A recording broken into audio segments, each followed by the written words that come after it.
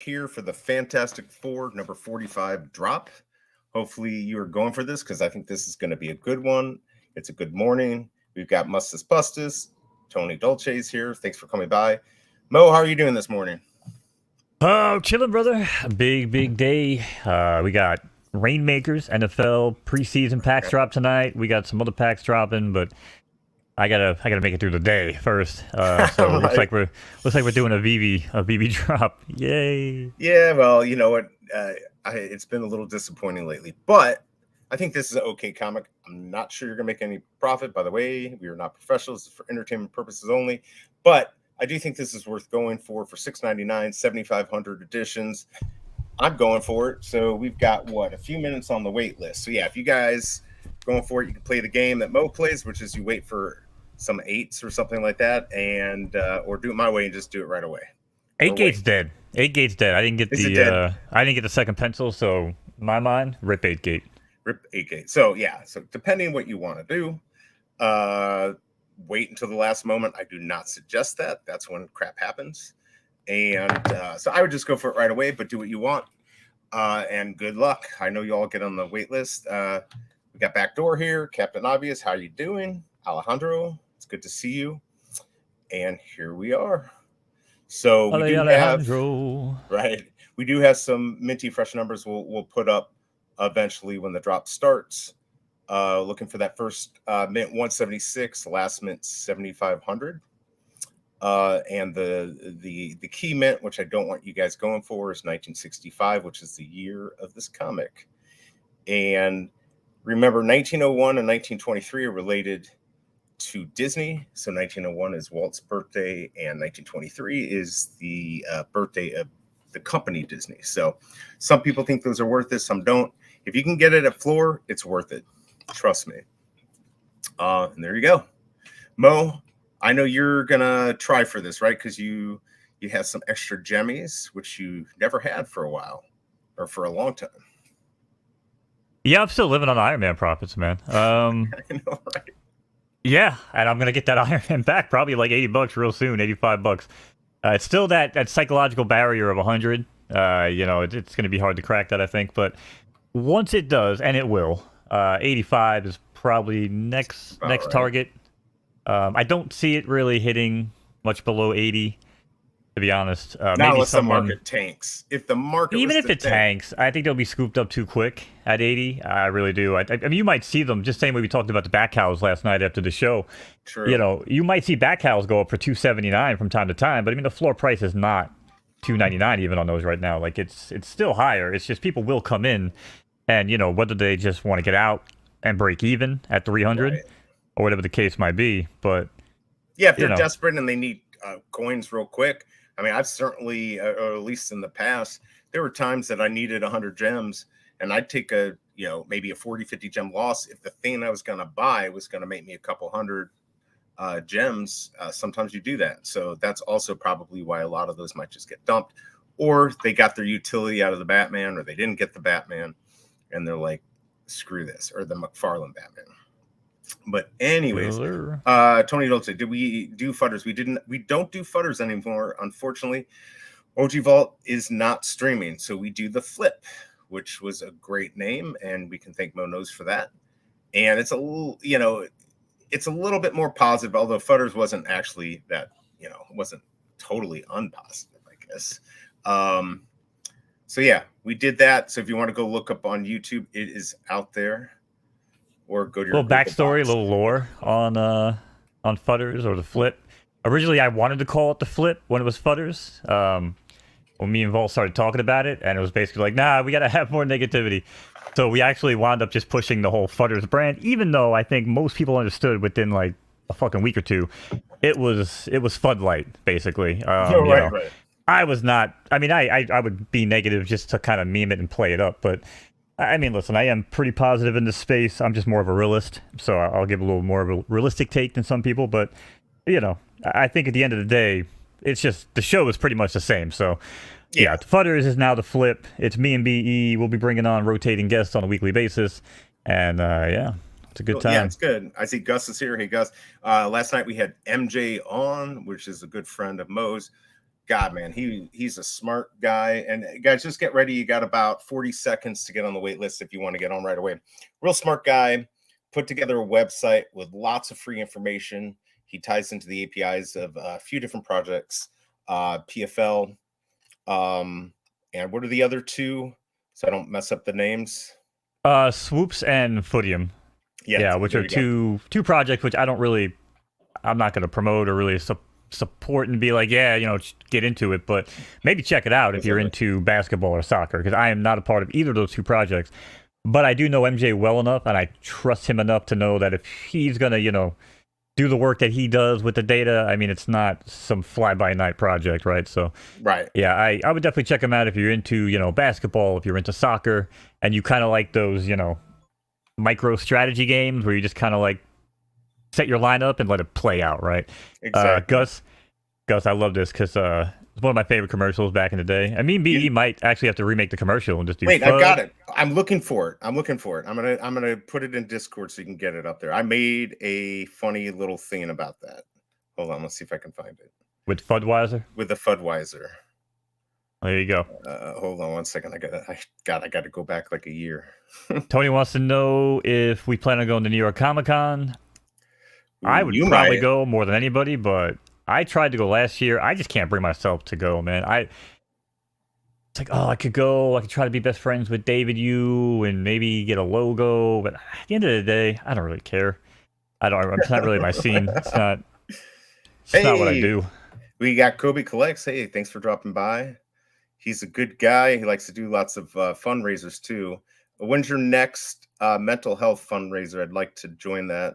I think Shelby Cobra dropped the ball on getting her PSA Pokemon, but she did actually win one. It's probably been given away to somebody else. But that was a lot of fun, that drop or that stream that Kobe did. So maybe you can let us know when that next one's going to come.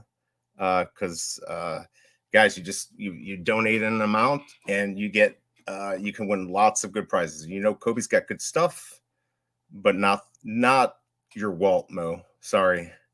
He's not giving away the vault anymore. Yeah, sorry, the vault. Yeah, it's all good. VV Pusky said, David, your interview came off fairly bullish to me, maybe just because I'm optimistic, and I don't care if it takes a bit longer to get rolling. I mean, we kind of brushed on it last night on the flip. I don't know if BE ever had a chance to listen to it yet or watch the YouTube premiere last night, but I'm not bearish or bullish on the entire conversation, because honestly, it was a bunch of softball, personalized discussions that I didn't really think was that great. I mean, there was a little bit of tidbits here and there, mainly like, it's all about Dan and David. He basically made it known that Reese is replaceable, and then tried to cover it up and say, oh, well, I'm replaceable too. But I don't know. The whole thing just felt like Reese is out on the Omi side of being the face of the franchise there. And other than that, I don't really know how much we got out of it. I mean, yeah, they talked about, I guess, licensing on, overseas and stuff like that. But I mean, I don't know. It didn't really seem like it was a groundbreaking interview to me. No, it wasn't. It was the same old, and maybe we'll get it, maybe we won't. We're going to hire more people. By the way, I cannot find this video. I hope that did not get erased. The moment has passed. Yeah, the moment's passed. I give up. Yeah. So it wasn't. I don't know. I don't really care what they say. I just want to see some action. They can say all they want. Don't even tell us. Just do it. Get shit done. And do it. But I mean, if they're really bringing on 300 employees, honestly, to me, that sounds like the dumbest idea I've ever heard of, because I don't know how they can afford 300 employees. Yeah, just to say it. Yeah, they probably need 10 or 15 more to make things run smoother. But 300, I don't know. That seems a little crazy to me. Yeah, and that's, Kobe kind of hit the nail on the head too, because I don't remember the last VeVe AMA I watched or listened to, and that's normally me, because I'm sitting here just kind of hanging out on VeVe, not really giving them too much slack. Again, collecting what I collect, picking up what I can off the waitlist stuff and things I would normally want to buy anyway, and not really worried about profits. But I don't know. Like I was saying it the other day. Like the vibe around VeVe for me just felt like I'd log into the website. It's got a new little overhaul. I like when I go to the drop page, I can get information about the drops. It could take me to an information page directly from VeVe. It just feels like they're starting to kind of tie up some loose ends. And then I hear like an interview like that. I'm just like, all right, yeah, same old shit. Like just kind of talking out of his ass. But interesting enough, we have one of those guys here. Mr. V is here, and he says they'll do harder next time. And I know I can tell you just with some of my DMs with Mr. V, he's got lots of questions for David Yu. Some No, but it hardball wasn't. stuff, you know. It wasn't even a knock. It's not even a knock on the guys. Because again, I like Will and I love Mr. V. Shout out to Mr. V, by the way. It's Right. just I'm saying like maybe again I grew up right going with broadcasting school and stuff like that. I wanted to be like the next Howard Stern. So I was always looking like how can I press people and how can I put Sure. people on their toes. So again, I'm a little bit more of an interviewer maybe. But I do feel like yeah, it was a great interview to get to know David Yu and to kind of have. Actually, that was actually probably my favorite part. I think when Mr. V jumped in and he started talking about his serial numbers and like the way people were coming in, and he was like, oh, talking to David Yu, and David was like, oh, that's really amazing because I stopped at this, and seeing that connection between David and Mr. V, and then listening to like the personal. I mean, that's a great interview. It's a great listen. But again, maybe just from my perspective of trying to get information about the Right. project, might have fallen a little flat. And if they were, crowdsourced questions, Yeah, I mean that's actually not a bad idea to crowdsource some questions. We got Bones B in here, and just seen Kobe collect. 100% moving slow, but its new space. Cryptoys is moving 1 inch at a time, very, very, very slow. Yeah, I know. I saw some people saying some stuff. They're very upset. Put a lot of money into Cryptoys. All I can say is you got to be patient. Like for VeVe, people have been patient for years, right? On Cryptoys, it's not quite the same age. I think you got to give it a little time. There's been a lot of issues in the NFT space, and so things are going to move a little bit slower. But I am excited about that Yoda that I'm not going to get. Yeah, I'm not getting it either, and I'm glad I'm not getting it. I mean, listen, why are people getting mad at Cryptoys already? They've been very, very transparent about their entire, outlook on the whole space and what they're doing. I mean, they got the balls to give us an empty world to run around in, which, Right. David kind of talked about that in the discussion with Will and Mr. V, where he's like, they're very cautious about to not put out like broken things or empty things, and like I get it, but sometimes just having the balls to showcase an empty world that you're running around, at least it shows that there's something tangible at the end of the road, and not just like a VeVeverse demo where the guy's flying through the air at 10 frames a second. Right. You know what I mean? Something I could program every night. It's proof of concept, right? We get to see it, and that's what makes it exciting. I think a lot of people just they want to market, they want to sell, flip. I do wish we could trade because that would allow people to get the Yoda more easily. But yeah, I think people need to be a little patient. The Yoda's going to be something super special, and unfortunately, it's only going to be for a few people. But then again, it's super special. You get one, holy cow, that thing's going to be something. Yeah, Oh, absolutely. And Mr. V, I want to follow up with Mr. V because you say we have more questions for the Ecomi team, and I did kind of get that vibe on a lot of the questions where you guys kind of just moved on, and maybe yes, because again, different interview styles, different people. That's a reason why I would never get an interview with David Yu. So I mean, Right. props to you guys for him feeling comfortable to even come on and not feel like he's going to get ambushed. Because if he came on with me and BE, I mean, BE might try to play it nice, but I might just have enough and just be like, you know what, gloves are off. Like, we didn't pre-approve these questions, but I don't really give a shit type of deal, right? Hey, you So did again, forget about my video, didn't you? I mean, I wasn't very easy on him in my video months ago. So no, I'm yeah, just saying, right? Like, yeah. you don't want these people, especially when they're like people like David or Will from Cryptoys. You don't want them to come in and feel like they're getting ambushed, right? So No, I get it, and I get that's what Mr. V's kind of saying. Just real quick, just so I can quickly, and we'll go back to this. I'm going for this drop. Mo's going for this drop. I'm not so sure that the common and the uncommon are going to go above retail. I just think it's worth the risk. They're 7,500. Oh, I had the value. I don't know if you could put it up, but the value I think on a 9.8 was 48,000. So I think it's worth for going for, the guys. Yeah. All right, to back go to you, collect. Mo. Yeah. Sorry about that. People had asked that question. So yeah, go ahead. Back to you. Yeah, there it is. I don't know how clear this is going to be. I should probably just go to the actual website. But yeah, I don't know. It's like I said. Generally, I appreciate the fact when guys like Mr. V and Will not only take the time but can keep their composure and not want to get hostile. Because like you said, they had more questions. Right. And you could tell that when people are investors of Omi and stuff, like getting answers about Reese that they've got. I mean, I can't imagine that sat well with them, honestly. But right, you have to be professional. You have to keep the interview moving. And I think again, I think for what it was, I think it was a great discussion. I think again, I probably would have pressed it a little bit more, but yeah, I think for what the chat that they had was very well done. And we haven't heard anything in a while. So the fact that he even was able to come out and have a discussion and even share some of those, those collector stories, which I think might have been more important to that whole conversation than anything else, just again shows the bond between, David and, people in the space, right? So, and that's important. I mean, it's cool that he's still doing it. Hey, the biggest bro, glad you could make it. Yeah, I mean, it's nice that he will communicate, at least with some people. He will never communicate with me. I'm sure he probably wouldn't communicate with you. So we don't have to worry about that. Well, and I'm a nobody too. So, but at least we're a bunch of nobodies together. But yeah, right. At least collectively, we're skin and bones, a bunch of nobodies. Yeah, that's right. Right. And to me, Mr. V I know he's kind of slowed down. One of the best collectors. He's got all those 1, 2, 3s and 1, 2, 3, 4s. When he was on Futters, he kind of explained why he did the 1, 2, 3, 4s to start off with, which was really cool because at the time nobody was really going for them. They weren't as expensive. But it's been a disappointing experience, I think, for some of the collectors out there. People trying to fleece them for, charging too much for stuff. And I don't think there's that many buyers. It took me, a day to sell one of my handy Happy Tree friends at like 13 under floor. So, and in the past, anything that was like $5 under, somebody would pick it up and just flip it. So it's a hard market. Right.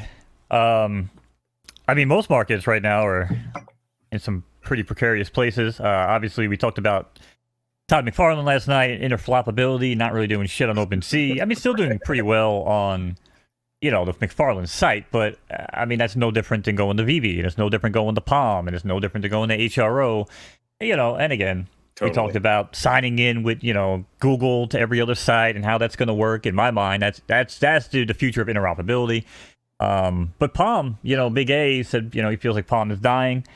I would tend to say it's struggling. Right. But I mean, there's a major shakeup going on right now. By the way, we have 19 minutes till the comics drop. Yeah. Join the wait list. But major shakeup over there. They've come out. I think it was Caitlin in Spaces. Don't quote me on that. Actually, it was not Caitlin. It was oh man, I forgot her name exactly. But anyway, she was a part of like the Palm and not necessarily like the Palm DC division. And she was trying to be very clear, like there's a lot of separation between this, and it kind of clouds the whole future of Palm to me, because they don't even know. She's like, well, we can't really discuss this because, blah, blah, blah, blah.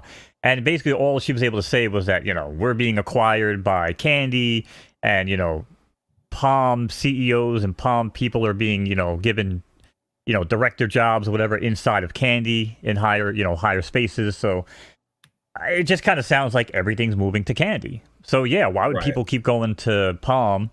It's a horrible website. They don't show mint numbers. It's just bulky. It's a stupid website. I like it because I got some tricks this night. But once they move to Candy, I think we'll all be better off. I mean, how many comics do you have on Palm? Oh God, like 15. But I have one legendary crappy Wonder Woman. It's an older Wonder Woman, but it just wasn't worth anything. I never did well. I didn't get the cowl. I was looking at the cowl. Now I'm feeling like if I can get one for 200 to try to get which I know I won't, try to get the Action 1 and some of the earlier Batmans. But I mean, if you think about it, the utility, maybe it's all used up now. I mean, I don't know how that's going to work for the Batmobile. Well, they said 2 months. They said 2 month utility, 2 year 2 year utility for the back house, at least. They didn't say it was cut off then. At first, I thought it was a hard cut. That's why I was like, well, they're going to come out with Superman capes. Remember we talked about that on others. Yep. I was like, oh, they're just going to drop the cape collection after the cowl collection, right? I mean, Kobe collects. He tends to disagree with Big A. Bought his cowl 2 months ago. Been very happy with it. San Diego Comic-Con, meet with Jim Lee is pretty amazing utility. I mean, honestly, if you leave your house, the back cowl actually has some pretty damn good utility. You were able to do like the London thing. There was some other restaurant, the movie tickets, early access to the Web3 drops for like the movies. There's all sorts of utility with the backhow. I don't care about any of that shit, to be honest. The only thing I care about is, can I go for the comic early and then go get for a it zero. again Get the and go zero. and get a low number, right? That's Right. all I care about. That's been the only utility in my book. And that's it. So It's paid off. I mean, you've made thousands off of having that. And so everyone, he keeps trying to get me to get one. You made a lot. Don't lie to people. Why are you lying? Why are you lying to people? I've made zero money on Palm. If we're being 100% honest, I've made zero money on Palm. I'm talking about off of the Bat Cow. I mean, you did get the Todd Batman. You did get the McFarlane Batman the other day. Okay, if you want to take the McFarlane and bring that into the mix, all right, I started making some money. But on the Palm platform itself, I don't actually try to profit, because trying to sell, I haven't gotten anything good. I haven't gotten a good drop. I get low mints, but you can't see low mints, and I'm not Vault or any of these guys who have their own discords where they can drop their mint numbers in and everyone's like, oh my god, look who it is selling, and they probably get people that look at it. Fucking Bonez has got mint number 8, who gives a shit, right? Like, maybe I think I've sold one for maybe a little like above floor, but for the most part, I'm hanging on to things. Go on Vault's Discord and look for Adam, the Mad Conqueror. He will. Yes, I know. I can go. I know I can go into other people's discords and spam and promote my own shit, but I don't like that, and that's not how I roll. So, put me on the Candy Network and let me see my mint number, and you'll be happy. We'll take it from there. People will be able to buy my shit. So I'm holding pretty much everything on Palm, which is smart. I see Bones B, Cryptoys ambassador. Yeah, I mean he's. Will's a good guy, and that's exactly right. Before I had my current sub count, I mean, they were talking to me, they were talking to Mo, just good guys. They want to hear from the community. Again, I know there's a few people out there that are really upset that put a lot of money into it, and they're upset they're not getting the Yoda. They're upset they're not working fast enough. I understand what they're saying, but I think they're moving actually fairly quickly for what they're doing. I mean, we've got the video game that's in beta test, and so I mean, at least the VeVe verse now is in beta test. By the way, we got to get Fromy on so we can talk about that. I mean, he's probably got an NDA. I don't think he really. Yeah, I know he probably does have an NDA, but he may be able to give us a little information. But anyways, it took the VeVe verse. Have we ever had an iteration of it that people have beta tested? I don't think. No. So we're talking 2.5 years later, right? So and here we are with Cryptoys, who's fairly new, and we're getting all this stuff. So I hope people are patient. I understand that people spend a lot of money and why they're a little upset, but Will's a good guy. He's listening.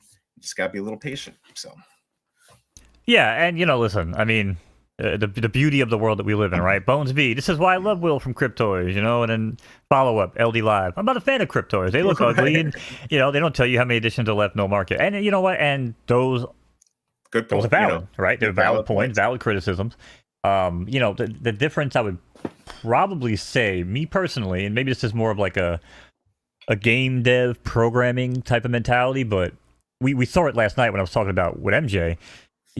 He's the type of guy that someone like Will would love, right? Because when we saw it on the Cubathon, we started talking about like whataboutisms and what about a world or imagine a world, these types of scenarios with Will, and Will was like, oh yeah, of course, man. Well, we take this and we try to address this and we do this, and he's basically seeing it as like a positive, right? Whereas someone like David, unfortunately, it's more like, well, you have to understand there's a lot that goes into it, and they try to like explain it where it's so complicated, but at the end of the day, it's really not.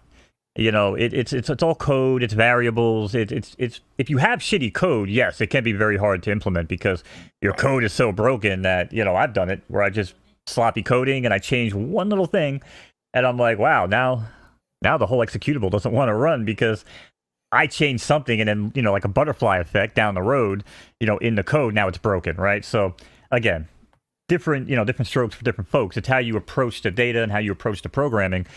I just love Will's mindset. You know what I mean? Well, like nothing is too big, right?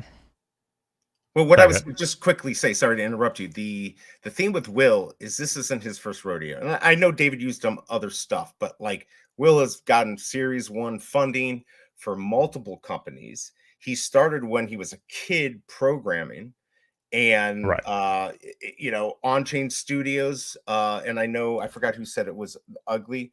LD Live.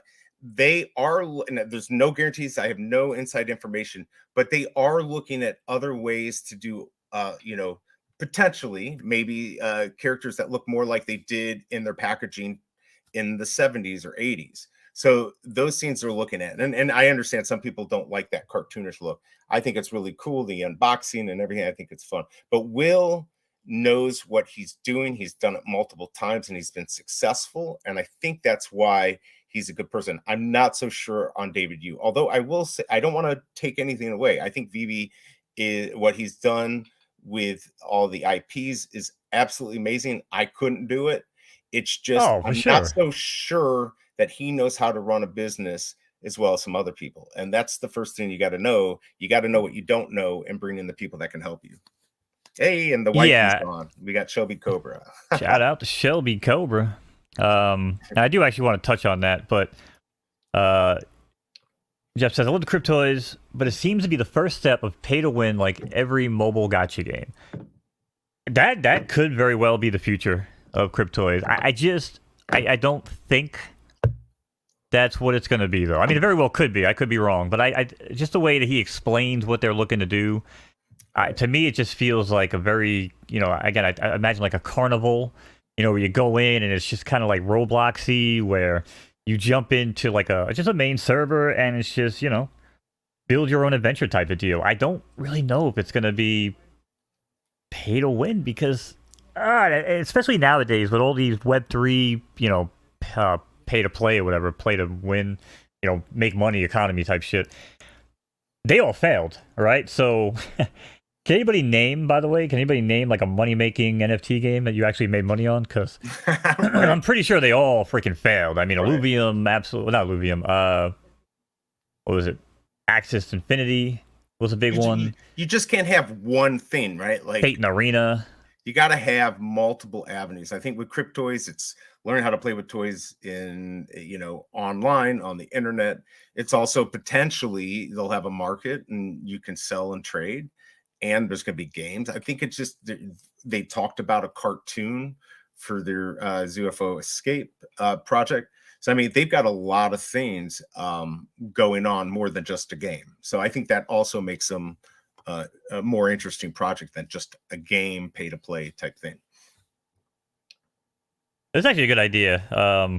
I've seen this in other video games too. As Jeff says, hopes that Cryptoys implement a pity mint.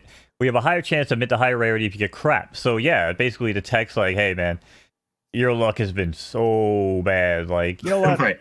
Here's a Yoda. Maybe, not maybe, but maybe it's like, hey, here's like a 50-50 shot, on like your 20th missed. If you get 20 commons in a row, we're going to give you like a 50-50 shot to at least get a grail. You know what I'm saying? Something like that. But which would be nice. Just real quick, guys, you got a few minutes, about 2 minutes to go enter the wait list until that 5-minute mark. So hurry up. And of course, at the 5-minute mark or close, I'll back out to get ready for sniping. Sorry again, Mo. I don't know why you're apologizing. This is the Skin and Bones show. I just run my fucking mouth way too much, and I've been told that more and more as time goes on. I need to shut the hell up. But yeah, gotcha games. Yes, gotcha games. Yes, gotcha games. I think Genshin Impact was probably the one I'm thinking of the most. That was the one gotcha game I probably got hooked on. You ever heard of Genshin Impact, BE? I have not.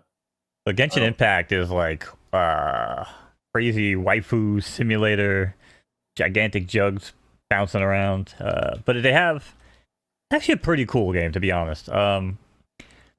Honestly, I don't know. It's like a action role play type game. We touched on this last night a little bit, or at least mentioned it. I don't understand why they're not doing something like the Pokemon Go, where you could have your local, whether it be VeVe or whatever company, you have your local people, doing games for prizes that's for that region. I mean, there's so much they could do with that. It's already been implemented, so they know how to make it, and it looked pretty decent. And we're talking, what, 6 years ago? I don't know why they don't do that. It seems like that could be a fun path. I know it died out, right? Like people got bored of it. But if you had incentives, NFT incentives, I think it would work really well. Well, human nature is we get bored. All right. I mean, I think typically it's 24 hours and 72 hours, and it's like a week or 10 days or something. And we see it on VeVe all the time, you know, with price trends. Take a look at Iron Man if you don't believe me. Right. You know, and Biggest Bro says he didn't like that the Yoda was behind a paywall, but after listening to Will last night, I get that he's trying to incentivize their top collectors. And that's kind of the key, right? VeVe has never done it. Cryptoys is showing they're going to do it. Maybe not on a collector aspect as much as like HRO, because HRO to me, nobody holds a candle to HRO, and I don't even collect on HRO anymore because I don't want to buy Batman for the 28th time. But HRO, man, there are days I log in and I'm like, wow, I got 8 packs in my account. Where the hell did that come from? Right. They were like, thank you for holding on to your cards from, you know, chapter 1. And I'm like, that's awesome, because I was going to hang on to these things anyway. And I never joined the freaking waitlist. Wow. That joke's on me, chat. No, right. Good luck. I do see. Big A. I get it. I get on how it sometimes feels, or I've seen it too, where they're trying to. A lot of the ambassadors are trying to push their code, but you know they're excited. This is a way for them. You know, I could tell you as a creator myself, there's really not that much money in this unless you're getting sponsored by a lot of people. So it's just another avenue. But I get how. But you also be very careful right now, homie, because you have to remember that there are things that we have not announced yet. So yes, no, I know, no, definitely be very, very careful. No, and I have that in mind of what I'm saying here, and I get that. But my point is that people they're trying to promote it, and I see what you're saying, but I don't think it comes from a bad place, and I think that's what counts. But I can hear you. I hear you. Yeah, and I know Big A wasn't trying to call us out. Shout out to Fro Comey, by the way. He says, I'm gambling today. What up, Fromy?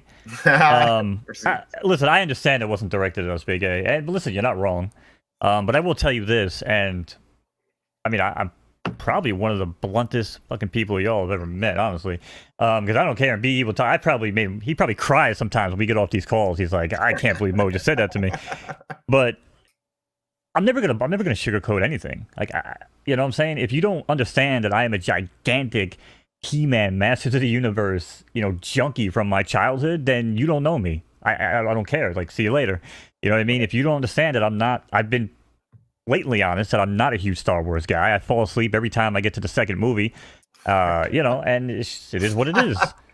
But I love the idea of having lightsaber battles. I love the idea of my He-Mans running around, you know, maybe some interaction with Cringer and all that good stuff, right? So I'm just going to be honest with you guys at all times. I mean, there might be times where we have a code. And if you ever feel like I'm shilling a code to you guys, then call me out on it. But, you know, at least understand that coming from a Cryptoys perspective, I am probably one of the biggest He-Man Master Universe people that exist on the planet. So let's just be clear about that.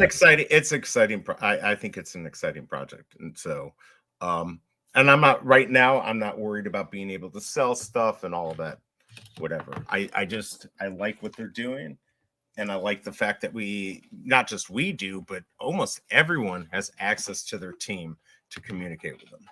So I just hopped off, guys, to get ready to snipe the market. Although I've not been doing that great, so. Lucky you guys. Yeah, I haven't played a sniping game. We know that. I'll just continue to read chat. We're still good for a few minutes here. Yeah. Hey, I mean, I know Kobe's big with HRO too. HRO is truly a hack. Free crafting event today. Yes, good call, Kobe. Card number 2 from the Superman series drops today. Kobe, we got to come on one morning, man. Come on the drop zone with me and BE. I'd love to talk some HRO with you. Yeah, totally. I don't talk HRO with anybody. I had like 2 buddies I met through HRO. I actually met this guy at Walmart here on Long Island. And 3 days in a row, we just bumped into each other like 3 times, like looking for the boxes when they came out. That's hysterical. And it was just like on day 3, it was just kind of like, I was like, yo, bro, you looking for these HRO packs? He's like, yeah, bro. He's like, I thought you were looking for them too, bro. He's like, I don't, you know. And And then we bumped into like another Walmart. We just became friends. And, like, we chatted for a while through Discord and stuff like that. But now we don't really talk. It wasn't that good of a friendship. By the way, guys, we're almost here. I because I've got 2 people in this house.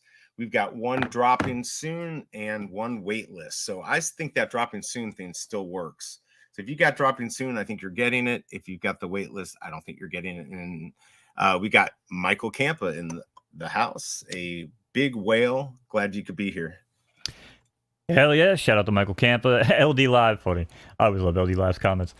Surprised Randy isn't kissing their cheeks. Maybe he is. We don't know. I mean, the problem is a magician, once you learn their trick, they can't really do it again and get away with it. I mean, if anybody was exposed, it was probably Randy in the fridge. So right. Him reaching out to other platforms probably wouldn't go over too well. That's just my personal take. I kind of like Randy. I have no issues with him. But I definitely think he's been exposed to a certain extent. Yep, 6 seconds till the drop. Muhammad said, all platforms need to learn from HRO. They know how to reward collectors, and I've yet to hit a mythic. I've never got a mythic on a digital drop. I did pull one from my Chapter 1 hybrid collection, though. My Joker, number 52. Made out pretty well on that. All right, so dropping soon a waitlist doesn't matter, which means I think this isn't selling out. That's my theory. Kobe says, absolutely, I'll jump on with you guys soon. Hell yeah, brother. Love to have you.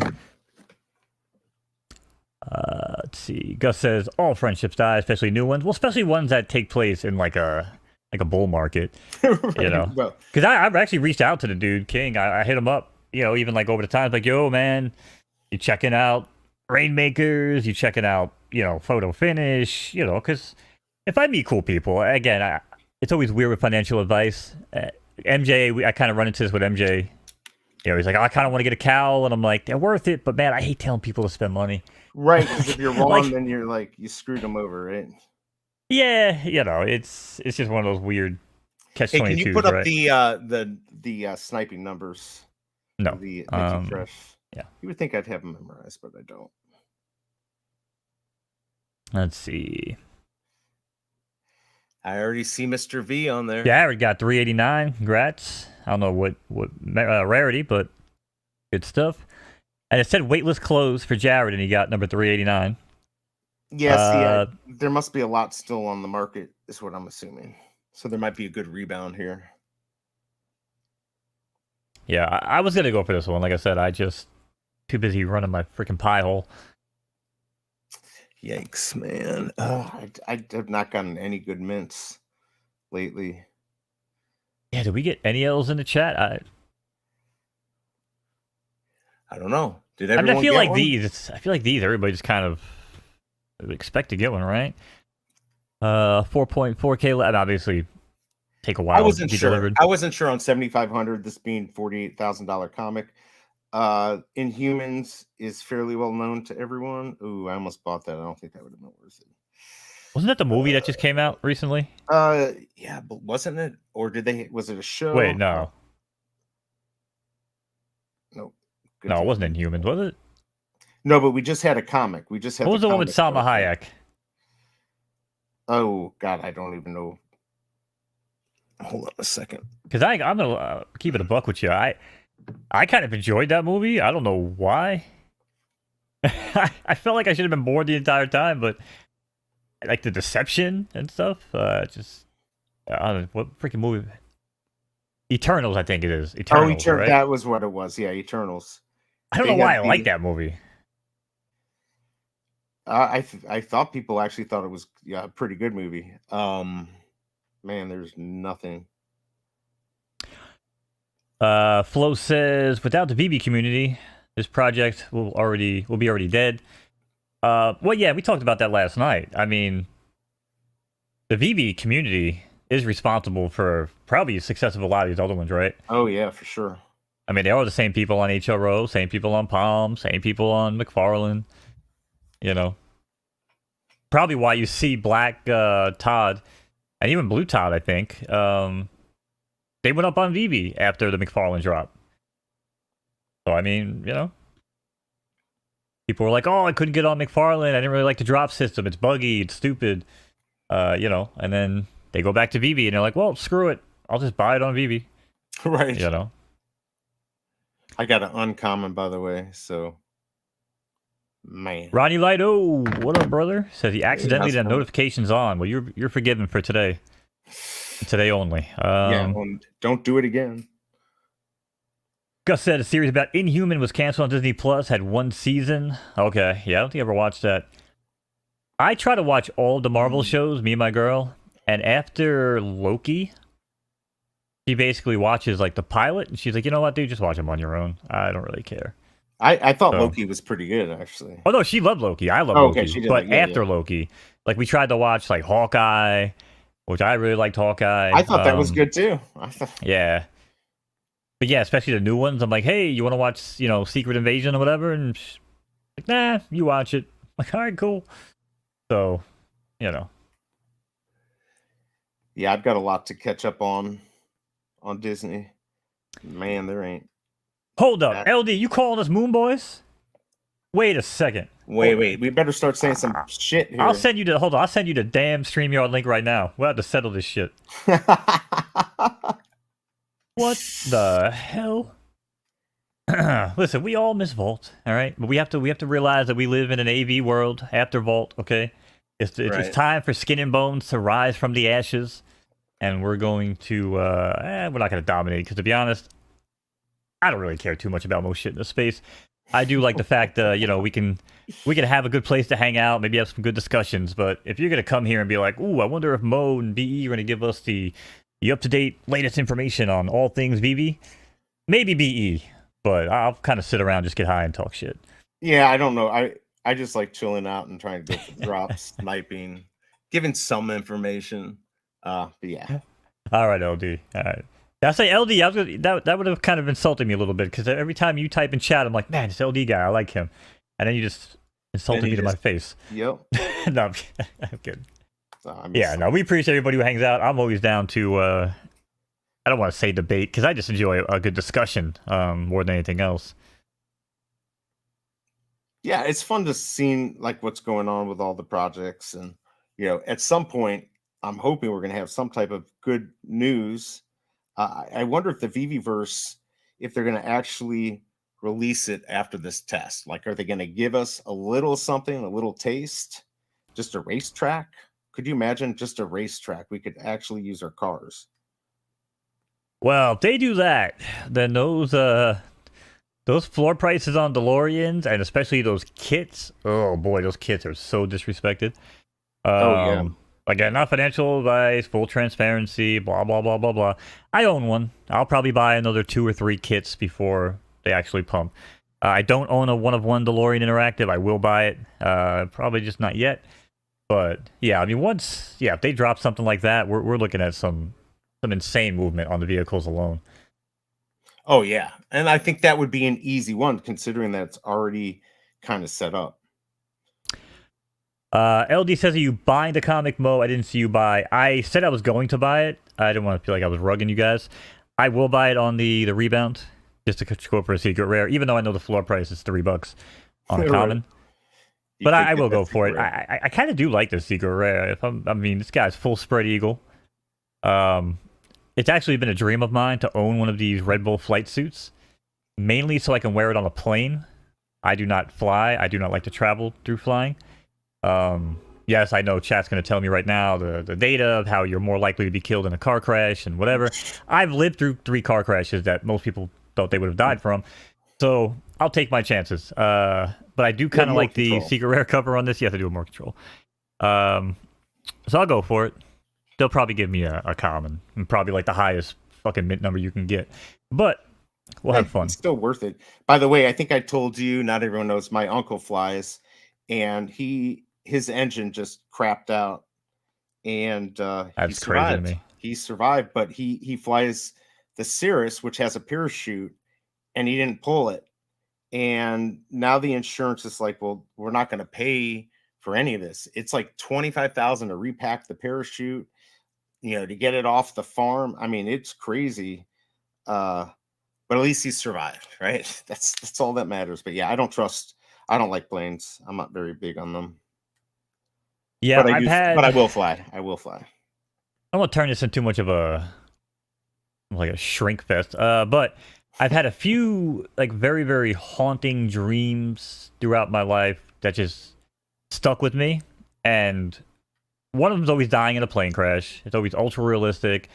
The second was dying in a car crash, and then the next day I had been hit up to go out with my cousin and a friend, and I just had this. I was like, "Yeah, come pick me up," and a vibe led to another from like a dream the night before. Fast forward, she was killed in a car crash that night, and she was sitting in the front seat where I would have been sitting because I always rode shotgun with my cousin. So I don't know. Mentally, for me, I feel like I've had 3 or 4 different vibes throughout my lifetime that kind of probably saved my life. So I'm just gonna chalk it up to that the plane is probably another one I could avoid as long as possible. Right. I also cut a deal with the girlfriend. I said, listen, I want to see America. I want to see what this country is made of. Okay, I don't want to just fly over everything. I want to ride across Route 66. I want to go down through Louisiana and see the bayou. I want to go to the Grand Canyon. I don't want to just fly over this shit. Like, I want to experience America. I'm 41. I've never done it. So I made a deal. I said, listen, we hit up the ground. We see everything we want to see. I'll fly to Italy. All right. Ooh. I'll fly to. I want to go to Egypt. Honestly, I want to go see the pyramids. And you know, obviously, me and her are both Italian heritage. I want to go to Italy. So that would be like the ideal, you know, compromise. Is your family from the north or the south in Italy? If you go all the way back, Going all the way back on my grandmother, well, my father's side. I believe it was north side. Okay. Yeah, I had to really go. And again, because this was, you know, I've never actually looked into it with the internet. This is what I was told. But yeah, so my descendants from there on that side are from Italy, and then what's really kind of crazy is on my mother's side, we're actually one of the first founding families on Long Island.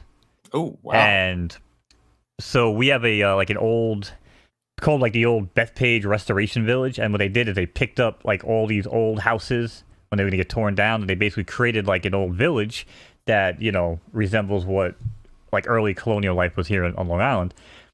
So me and my girl like to go there, and I'll go in there, and I'm not gonna say what the name is, but I'll be like, hey, I'm from the so and so descendants, and they will go crazy.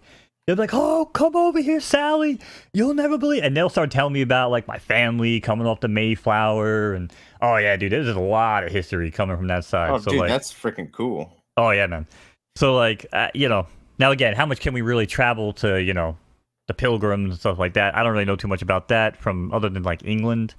I believe was like my great side of all that shit, right? So, but it's crazy, man, when you really start breaking it down.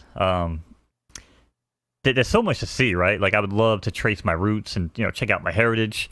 Oh, totally. I'm surprised you'll do that long flight. Now, you know me, if you're going on some type of RV or trip or whatever, yeah, that is on my docket, and hopefully sooner than later, because I can do all this from my RV. I do have an RV, but we were talking about getting an A class that had a bathroom and a half. I think that was if we're going to do this long term, that was the big thing, right?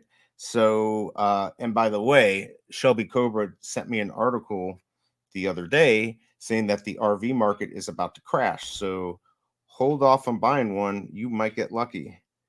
So that's what we're going to do. But I definitely want to just go around, and we'll get Skylink and do, you know, go around the country and see everything. Because I think Skylink or Starlink? I'm sorry, Starlink. It is Skylink Starlink, would be. I just saw Terminator, so there you go. Yeah, the combination of like when Elon Musk and AI get together and take over the world. Shit, you might just call the future, brother. Oh boy. Nice. That's hysterical. Let's check it on these prices of. Yeah, they're not looking too good. I haven't sniped anything. I saw Mr. V on here once. He must have sold it. Prices are coming down. I've seen as low as 2. I don't think it's going to stay that. If you can get one at 2, I'd grab it. Probably not financial advice. We still got 5.9. Oh, and we got about a minute and a half if you want to go for the rebound. Yeah, a minute 20 on rebound, and looks like only about 700 have sold. 600. No, are you serious? I'm seeing here. I don't know. But probably to be delivered and stuff, but Yeah, 4.4K, 1.5K, 5.9, 650, 6.5, 6.8, 6.9. Yeah, I mean, this actually has it like 7,000 left. Yeah, that's not good. If this can't, well, like we said, how many more grails do we actually have left? They need. I think this VeVe and all this, they're pushing it because they know they need something big. They need something big to come out with to keep everyone excited, right? Well, before they were the only game in town, and now they're gonna quickly, be behind. I mean, Right. if you want to think that the Cryptoys stuff is no big deal, that's fine. But let's just be real. They are going to release a game. It's in beta testing. They are going to have the platform you can run around with your actual collectibles, and earn points and play mini games. And we haven't even begun to see that from VeVe yet, because the only thing that they're even promoting is you're going to be able to walk around and look at your collectibles the same way you do now, right? So, Right. yeah, let's just not get it twisted, basically, right? But I still think VeVe probably has the best chance to turn it around quickly, just because of the IP, right? I mean, Cryptoys themselves, they can do as much as they want with He-Man. By the way, if you want to buy and one, UFO. it's just sitting there. Oh shit, yeah, it is. I'm gonna Yeah, buy it's one. just sitting there. It's all right. I'm a man of my word, chat. I'm a man of my word. We know we're gonna lose money right now, but what's the secret rare going for? Rare?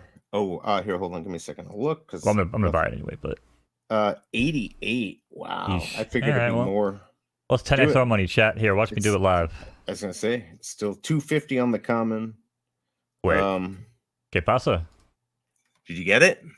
No, it failed to purchase waitlist. Bitch, I'm not even on the waitlist. You've confused them. They don't know how to deal with a skeleton. I think that's the issue. Yeah, I mean, you deal in bones. They can't figure it. Got 2 rebounds. Ronnie Lido. Look at that. The hell? Let me try from the phone. Oh, that's weird. Anybody else ever had that chat? I've never even heard that. Failed to purchase waitlist. I refreshed the page. Try logging into the web app. I mean, mobile app. I mean, it should work there for sure. Wow. Price is not good. $434 for 12. Yeah, so if you get a 3-digit, if you can get one under 6 or less, it might. Good. Here, I'm gonna buy 345. I just bought it for 8 gems. Let's see what I can sell that for.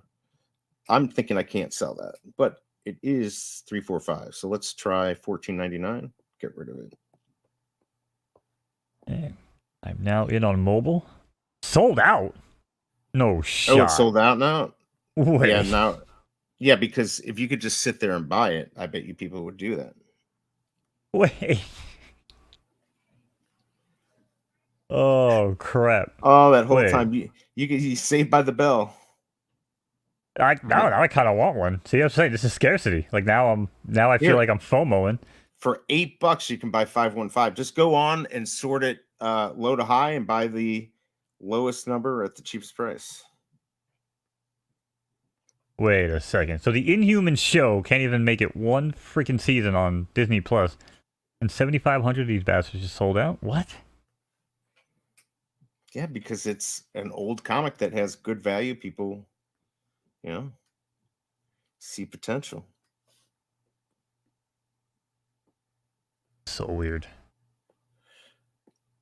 All right, nobody likes my 3 for 5. Let's try 13.99.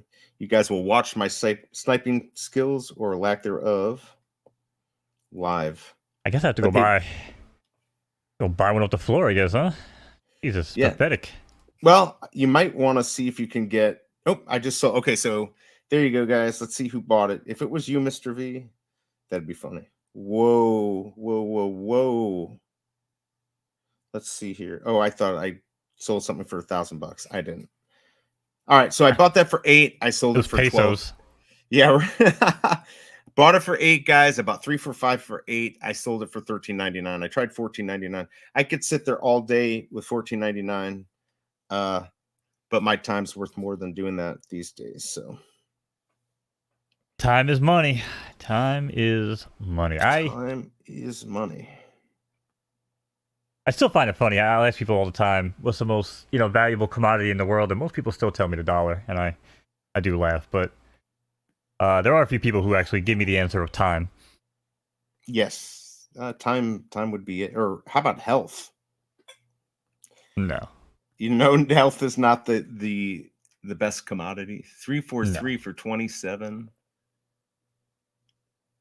But my boy broke it down for me back in the World of Warcraft days. I was like, bro, how the fuck are you max level already? He's like, oh, I'm paying some kid in Asia or whatever to level up my account while I'm at work. Oh, wow. And I'm like, that's fucked, man.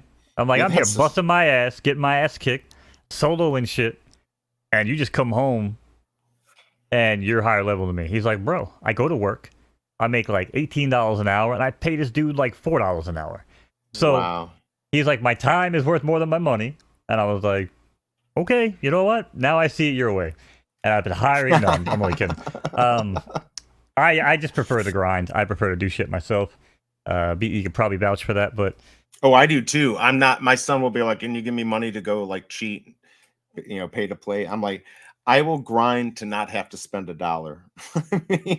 Yeah, if you can get it for free, you bet your ass I'm gonna get it for free. Right. But if it's like a cosmetic or something where it's like, hey, I can only get it if I spend $20, well, you know what? Fuck it.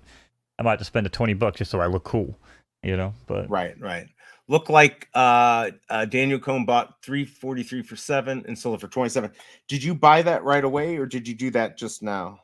Because I would assume you bought that closer to the beginning, but I could be wrong. If you're patient, you can get more. I'm just not patient, and I've been burned too many times. I'm not going to hold my bags. I'm going to get rid of it. I don't care. Leave some meat on the bone so somebody can grab it and flip it themselves. So the real question is, BE, are you going to join me tonight, or is anybody going to join me tonight for a stream of DraftKings Rainmakers? What time is it at? Packs go live at 6, but I have a horse auction tonight. Never thought I'd say that before. I forgot about that. I'll be auctioning off horses on photo finish. I've been hired as an auctioneer for tonight's festivities. But after that, I am going to do the first DraftKings Rainmaker stream of the season. We got packs dropping tonight. I mean, you guys think... you guys want to talk shit about Cryptoys prices or even VeVe? My lord, come take a gander at DraftKings. Yeah, you were saying crazy numbers. So tonight, well, actually 2 o'clock if you have early access, but tonight, 54,000 packs at $20, and these can only be used in the preseason for like 2 weeks. They also have a regular season pack coming out. There's 12,000 packs, $500 a pack, and then 900 of the premiums, and they're $3,000 a pack. And the sad part is, it's crazy. A lot of these will sell out. That's the crazy shit. Of course they will. Oh, I missed that. Like these Rainmaker field passes that you can get, which gives you like access to like a couple cards throughout the year and like some free packs. Basically like the Bat-Cal version of Rainmakers. There was 20 available, and they sold for $10K each, and they sold out fucking like instantly. So. Oh wow. Yeah. So that was quick 20 G's, right? By the way, 200 G's rather. Sorry. I got a negative from the boss. I've never gotten something so quick about that. I can't be on tonight. You know how that's. Nah, it's all good. You're not really a football guy, anyways. Obviously, you could always come join me. But I mean, that is kind of a call out to anybody in chat if you are a sports guy and you want to talk sports NFTs or sports collectibles. Definitely hit me up. You can come on with me and BE. You can come on when BE's not around, and I'm just chilling. But always looking for people in the sports NFT world, because I do think that there is a lot more value that I can provide to people in this space. Because I absolutely, oh man, if people would have been following my moves last year in Rainmakers, whew. Yeah, you were. You've told me you've kicked some butt on that thing. Yeah, well, I mean, you gotta, I typically do very well in fantasy football. I'm not the greatest gambler when it's like picking spreads and shit like that. Like, this team's going to cover the spread by 3.5 points. But I do typically have my little, analysis of like, I use a lot of targets compared to receptions for like quarterbacks and receivers. So targets for me, targets usually will equal production. So I use that as like one of my barometers for who I go after. And like last year, we used it on quite a few cards on Rainmakers. Bought them for $1 or $2, flipped them for 18 to 20 when they got the starting job, right? So, no one wants to buy a guy when he's sitting on the bench, rightfully so. Makes sense. Yeah.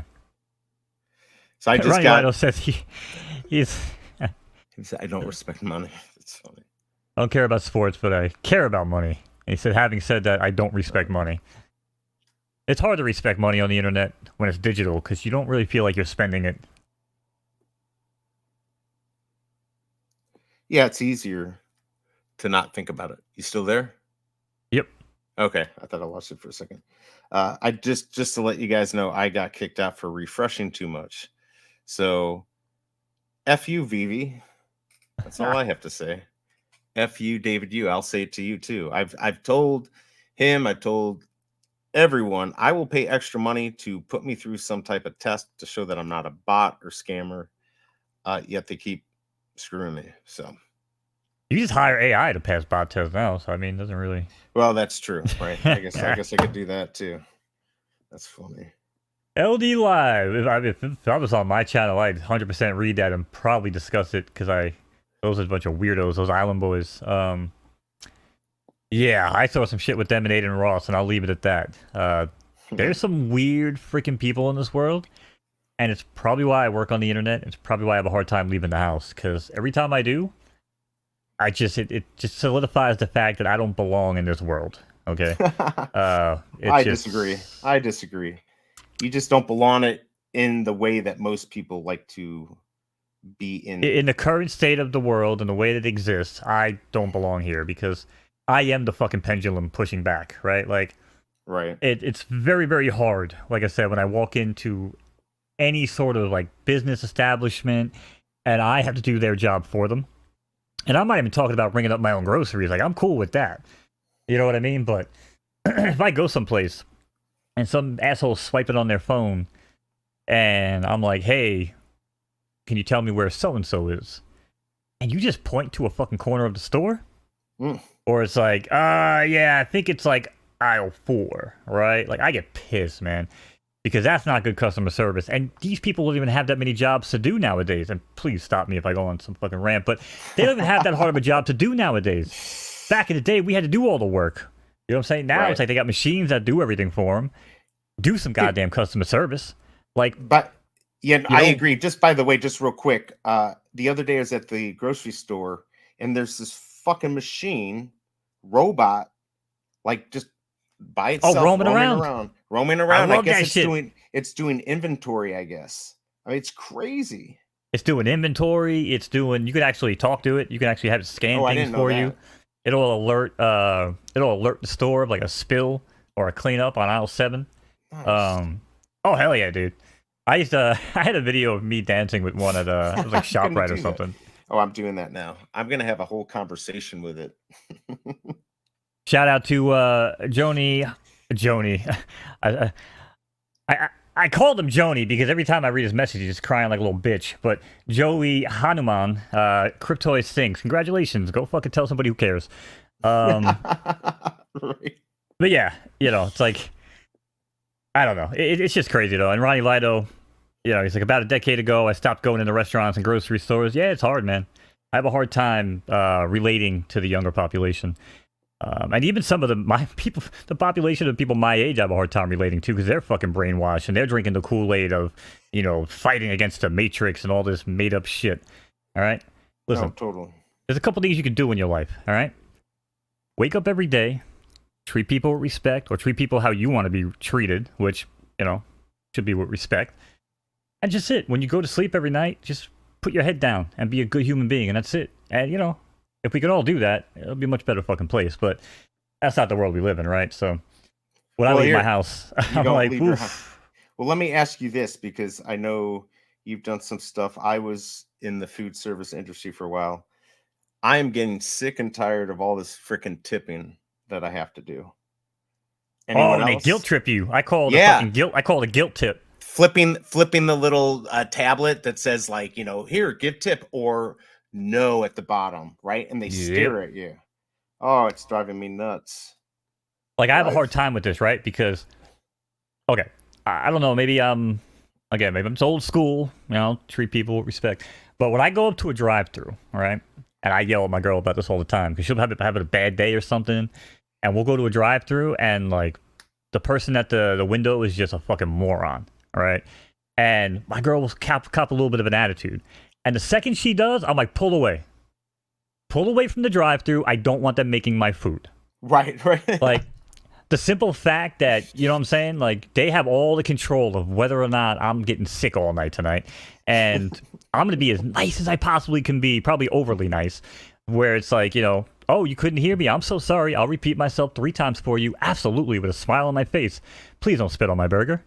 Oh, absolutely. And I'm always afraid of that, for sure. But it's the same shit with the tipping, man. Like, when you put because everybody orders online nowadays, they don't even let you call into the freaking restaurant. If you call in the order from a restaurant, it's like, press 1 for this, press 794 for this, and I've already been on the phone for like 47 minutes, and I'm like, holy crap, dude. So I go online, right, to order, and yeah, they hit you with the tip. And if you don't put that tip on there, I don't even want to know what the hell they do to your food. Right, they're like, they're like, oh yeah, this guy had a $40 order and picked no tip. So if there's notes, a lot of times I'll be like, we'll tip cash upon pickup. Because I want to make sure. I want to make sure that even if I don't tip them for whatever reason, if I don't like their attitude or they make me wait, I'm like, at least they kind of have an idea. Like, there might be a tip at the end of this rainbow. So right. I'm gonna be kind of nice. Well, so here's what I hate. Oh, I didn't realize Fromy was tipping the kitchen. A year. Look how old he is. He's a year younger than me. No, what I hate is when I go in and I pick up the food and I'm supposed to tip them. Now, I will say during COVID, when they were there, we didn't know what was going on. They potentially were putting their life on the line. I did tip them. And I sometimes tip 50% on like delivery because I knew they were doing a hard job. But now I'm just like, I'm not going to tip you because you handed me my food that I ordered. Are you kidding me? That's your effing job. Yeah, but I mean, listen, if someone, it says you're tipping the cooks for fuck's sake. Well, the cooks get fucking paid for fuck's sake, okay? I've never lived in a world where we freaking tip the freaking cook.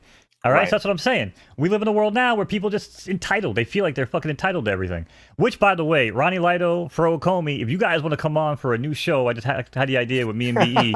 We're going to do a new podcast called Those Were the Days. All right? Oh, I love it. I love it. And we're just going to do an old boomer cast called Those Were the Days. And we'll even fire it up with All in the Family theme song. All right? But I'm telling you, man. Actually, I think that's actually a really good idea. Those were the days. Yeah, because you know what? I owned a place and people would tip the girls that worked for me. When I would work, I would tell people not to tip me. I'm like, I own this place. You don't tip me. I never liked having the tip jar out. I hated it. At my wedding, I specifically said, do not put a tip jar out. I said, I will pay him directly. And she's like, oh, well, you're already paying that with that 34% extra fee on top of everything. I'm like, okay, well, great. Like, I hate all this tipping. Now, I would normally say you should tip your bartender. They work hard. But, it's certain things. It's just getting crazy. BE will be divorced in 3 years. I'm not sure why you say that, but okay. Well, I mean, listen, again, if you want to really break it down, the brass taxes, right? Now, again, I'm going back to a world that I grew up in, the world that I lived in. Okay, not this fucking batshit crazy society. When you went somewhere, if you paid a tip, it was kind of like you paid a tip, and then, if you tipped the waitress, right, a portion of that would go to, my mother was a waitress for a long time, a portion of that would go to the bus boys, and a portion of that would go to this, and a portion of that would go to this, right? So, no, it's not the fact that people are cheap. It's the fact that people are greedy. Right. It's the fact that people are greedy because it's like, oh, you tip one person, now the next person's got their hand out, and then the next person's got their hand out because people don't want to earn shit. People are like, oh, I don't care how much you pay me. If this person's getting tipped, I deserve to get tipped too. And those people were probably raised with an air purifier. Those people were probably raised with white gloves. Those people were probably went to private school. Okay, I walked barefoot through the fucking creek. All right. I love the homeless, all right? Because the homeless have a lot of respect for people, and I have a lot of fucking homeless, well, not homeless friends, but I've made friends with a lot of homeless people who actually saved my ass, from a time or two. Because again, I have empathy, and especially when I see like military veterans, stuff like that. It can get a little dicey for me emotionally, but because I have a lot of respect for the military, I have a lot of patriotism. That's why I said like shout outs to people like Fro Comey. I know he's ex-military, right? I mean, shit. Yep. Without people like him, we can't run our mouth. Joey can't sit in YouTube chat, and keep running his shit. But it's just the world that we live in, and it's all because of people like Fro Comey. Not because of people like me. Right, I not the people that sit around complaining about tipping and the pussies, right? We're the pussies, and then you've got these guys who go out who are actually doing the hard work, which is kind of bullcrap. I mean, honestly, look, I don't want to be recruited into the military. I like the fact that you can join if you want to join, but it is an unfair system. But we don't have to get into that. But it is. I'm glad there are people who have the balls to go out there to help this country out. It's great. It's absolutely great. And they do it for us so we don't have to. G Money says he was in the Army for 8 years. My man, G Money. Yo, listen, I'm not sorry. No disrespect to anybody. I don't know everybody's background, and I apologize. But if you did serve this country or any, you know what? If you served any country and you put your life on the line for your country and what you believe in, props to you. Mad respect to you. And my hats off to you. Totally. That's just the name of the game. All right. Because again, I would never do it. I actually grew up with the fear that I was going to be drafted because, we grew up early 80s, was, getting out of like the Vietnam type stuff. And, the draft was still a real potential. It was a possibility. Yeah, it was a possibility back then. So, G Money said did it for college money. And I know a lot of people did. And you know what? I'm still not going to hold that against you because you still risked the fact that if you were called to put your life on the line, you had to go. So that, if we could just have good medical for them. If we could get that whole thing fixed, that pisses me off. Yeah. That's a whole other thing. But anyways, yeah. It's different times. I don't know how we went from tips to that, but it's just ridiculous, guys. And it's I've read articles saying, everyone's getting, just tired of it. And especially, and look, I don't even mind the fact that we're paying a lot of money now for jobs, or states are forcing companies to pay more for their workers. I paid way more than minimum wage at the place I owned. But come on, if you're going to have your hand out at every second for a tip and we're paying them, no. It used to be, waiters would get, it still is, right? They get like $2.46, right? They literally live off of their tips, but not the other people. So it drives me nuts. Yeah, I'm just going to some comments here. Again, you want to talk shit to us, to me personally, I don't really give a shit, Joey. You start disrespect the military, I got a big fucking problem with that. So just keep your fucking mouth shut. If not, go watch Arcade. I'm sure Pee-wee's Playhouse is fucking starting up soon. By the way, rip Paul Rubin, by the way. We never even mentioned that. Well, just real quick, because I don't know what's going on with Joey, if he's having a bad day. What do you do? Like, and I agree, like, look, I'm a big tipper. And I was a food runner at a country club. I did not get tips. And you want to talk about the worst effing job you can have? It was being a food runner. I literally ran food out and ran it back. I didn't get any tips. And I do believe people who deliver should get tipped. People who are going out of the way. But I don't think the chef should be tipped. I don't think that the person who hands me my food when I order it, because I went to go pick it up, I don't think they should get tipped. I shouldn't have, tipped the gas attendant, any of that. Oh yeah. So Joey thinks I'm like a country club suck up. Yeah. There you go. I mean, listen, it's okay when we live rent free in people's heads. All right. We're the ones here doing it. You guys are actually juicing up BE's watch time to him to get monetization. So keep running your mouth and try to break me in half, because I tell you right now, Joey, hit me up in DMs, time and place. I'll fucking live stream it, brother. I'll crack you. All right. So don't even worry about it, homie. All right. We're here to have a good time. Everybody knows in chat, you're the one making a fool out of yourself, dude. All right.